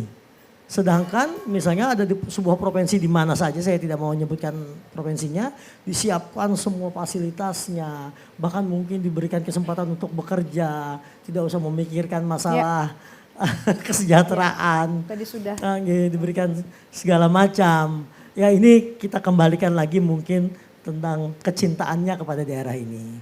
Kalau memang merasa bangga dan cinta sebagai warga Banua Kalimantan Selatan tercinta, tentunya tadi apa yang disampaikan Coach Pran tadi, jangan apa Pak Pran tadi, jangan tanyakan apa yang sudah diberikan. Ya, nilai, jangan mempertanyakan nilai. Iya, tapi malah pengorbanan kata beliau tadi, buat saya pengabdian, ya, rasa cinta. Karena menurut saya rasa cinta itu tidak boleh dibeli dalam apapun, dalam bentuk apapun. Saya beri contoh. Kapten kita Rizky Rijaldi Pora itu boleh saya buka di sini, itu banyak sekali klub-klub yang tidak hanya dalam negeri, luar negeri yang menghubungi kami untuk apakah yang bersangkutan dijual. Saya bilang kami tidak akan menjual, tapi saya akan tanyakan kepada yang bersangkutan. Yang bersangkutan berkali-kali mengatakan, Pak ini rumah saya, ini keluarga saya dan saya sudah berkomitmen dengan Abah dan Mama, karena beliau waktu itu mulai dari 2013 dan bertemu dengan Abah dan Mama dan merasa Abah dan Mama adalah panutannya dan berharap bisa mengabdi di sini. Apalagi beliau juga punya kedekatan yang sangat kuat dengan Guru Zudi almarhum Allahyarham dan ingat petuah-petuah beliau, dan itu membuat rasa cinta yang sangat kuat dari seorang Rizky Pora dan bertahan sampai dengan sekarang. Dan mengatakan kepada saya, Pak kalau saya nanti sudah selesai, saya berharap bisa jadi pelatih di Barito Putra dan bisa bersama-sama dengan Bapak membangun juga fasilitas di sini. Beliau sudah bangun sekarang fasilitas olahraga di kampungnya beliau di Ternate ya kalau salah ya. Bikin mini soccer ya kalau nggak salah, bikin usaha di sana. Dan menurut saya ini menjadi motivasi buat kita, menjadi PR buat kita, pemerintah provinsi dan semua yang terlibat di sini untuk bisa merangkul atlet-atlet kita, bisa memberikan cinta yang kuat kepada generasi muda agar tidak hanya mengejar materi saja, tapi lebih mementingkan pride of Banuanya, kebanggaan Banuanya, martabat dari wajah sampai kaputingnya, bahwasanya beliau adalah bagian dari keluarga besar Banua Kalimantan Selatan tercinta. Pride of Banua, istilah baru lagi nih. Oke, baik Pak Gusti Perdana, selain juga tadi menanggapi pertanyaan-pertanyaan atau kemudian curhatan tadi, Bapak tadi sempat bilang kan bahwa kalau kita bicara anggaran harus kita akui nggak pernah bisa menyamai apa yang kemudian diminta oleh para mereka yang meminta seperti itu. Tapi kemudian bagaimana peran dari swasta, pengusaha yang ada di Banua juga ikut. Tapi ternyata KONI sendiri bilang tadi Pak, sudah sering mengajukan proposal dan proposal. Berapa Pak nominalnya Pak? Ya paling dibantu sama pihak swasta itu 500.000. Gitu. Oke baik, sedih saya mendengarnya. Jadi saran Bapak? Jadi biar ada Pak Wagub pendengar. Yang jelas harus ada political will dari pihak pimpinan daerah, Pak Gubernur dan Wagub, untuk bagaimana meningkatkan anggaran daripada olahraga itu. Karena kita tadi kalau bicara olahraga, bicara masalah gengsi kita di nasional, kalau mau mencapai 10 besar, seperti tadi, apa yang harus kita lakukan? Pembinaannya, fasilitasnya, sarana dan prasarana justru sama dengan peralatan yang memang memadai tadi. Jadi political will dari, saya harapkan mudah-mudahan, apalagi Pak Gubernur, Pak Muhyiddin dan Pak Harsun adalah pecinta olahraga yang berat gitu. Bagi kami pasti akan untuk meningkatkannya. Karena APBD itu kan pada dasarnya adalah untuk kesejahteraan masyarakat. Nah sekarang masyarakat olahraga menuntut kesejahteraan mereka. Ditingkatkan bagaimana tadi sama paling untuk meningkatkan prestasi masyarakat di prestasi atlet Kalimantan Selatan ini kompetisi itu harus banyak juga kepada cabang olahraga juga saya ingatkan ya. Karena kemarin pada saat Porprov saja saya mempersyaratkan bahwa sebelum mengikuti Porprov harus melakukan kejurprov. Ada beberapa cabang-cabang olahraga yang tidak mampu melaksanakan kejurprov. Hanya ingin semuanya berdasarkan dari dispora, bantuan dari dispora. Nah, tidak mungkin suatu cabang olahraga akan bisa mengukur prestasi kalau tidak ada kejurprov. Sedangkan kalau di Jawa kita melihat kompetisi setiap bulan ada. Bahkan ada yang ini. Kenapa jadi atlet mereka itu unggul atau terpilih dengan bagus karena kompetisinya. Baik. Dan komitmen pembinaan yang terus-menerus continue, bukan hanya karena ada event. Baik, kita sudah di penghujung acara. Kami minta Pak Wagub untuk bisa closing statement bagaimana ketika masyarakat melihat komitmen pemerintah terhadap olahraga pasti dilihat dari struktur anggarannya. Padahal bukan hanya itu ya. Nah, tapi monggo silakan Pak Wagub. Ya, kami mohon diberikan kesempatan untuk mengabdi dan diberikan juga support, berikan masukan-masukan, saran-saran yang konstruktif. Karena tentunya dengan pemikiran dari semua yang mencintai olahraga ini, insya Allah kami akan bisa memberikan yang terbaik. Memang kalau bicara tahun ini kan lagi pengetatan anggaran, jadi memang mungkin ada prioritas-prioritas yang harus kita lakukan. Tapi yakinlah ke depan, masa depan bangsa Indonesia jauh akan lebih cerah daripada sekarang di bawah kepemimpinan Pak Presiden kita tercinta Pak Haji Prabowo Subianto.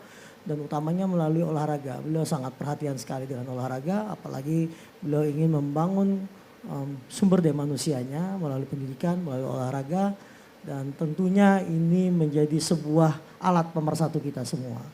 Tidak usah kita salah menyalahkan satu dengan yang lainnya, tapi justru mencari persamaan bahwasanya kita semua mencintai apa yang kita lakukan. kita mencintai negara kesatuan Republik Indonesia ini, kita mencintai Banua Kalimantan Selatan tercinta ini khususnya melalui olahraga. Dan kami pemerintah provinsi tentunya ingin memberikan yang terbaik. Tadi menarik satu kalimat kalau boleh saya kutip, tidak hanya mau jadi ketua saja, tapi juga harus berani berkorban. Coba kalau misalnya, ini misalnya saja, semua cabang-cabang olahraga itu ketua-ketuanya disupport oleh pemerintahnya masing-masing, oleh pengusahanya, ya, dan bisa merangkul semua yang memang berkelebihan untuk berkontribusi. Kami yakin, ya, tidak hanya menunggu dari anggaran pemerintah saja, tapi semua yang terlibat. Karena kalau boleh ulun memberi contoh pada saat di era Abah menjadi ketua KONI pada saat itu, bagaimana beliau bisa merangkul semua pengusaha untuk bisa berkontribusi dan menghidupkan semua cabang olahraga.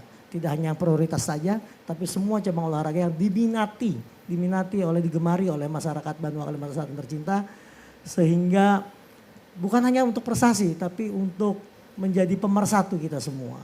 Bagaimana semuanya guyup, rukun, solid, duduk sama-sama seperti ini. Dan harapan ulun sebagai pecinta olahraga, mari kita laksanakan kegiatan seperti ini semakin banyak. Tidak hanya di TVRI saja, di tempat-tempat kita semua, di cabang-cabang olahraga kita masing-masing, dan di tempat-tempat kita masing-masing untuk bisa bersilaturahmi dan bertukar pikiran, kemudian bisa bersama-sama membangun masyarakat Banua Kalimantan Selatan melalui olahraga. Amin, Allahumma amin. Baik, tepuk tangan untuk kita semua. Pemirsa, malam hari ini di Titik Temu kita tidak hanya bicara harapan, tetapi juga bicara atau membuat satu langkah konkret untuk kemajuan olahraga di Kalimantan Selatan. Kita sudah banyak membahas dan kemudian masing-masing juga sudah memberikan saran bagaimana langkah selanjutnya yang akan dilakukan kita bersama untuk memajukan olahraga Kalimantan Selatan. Terima kasih, semoga bermanfaat perbincangan hari ini. Assalamualaikum warahmatullahi wabarakatuh.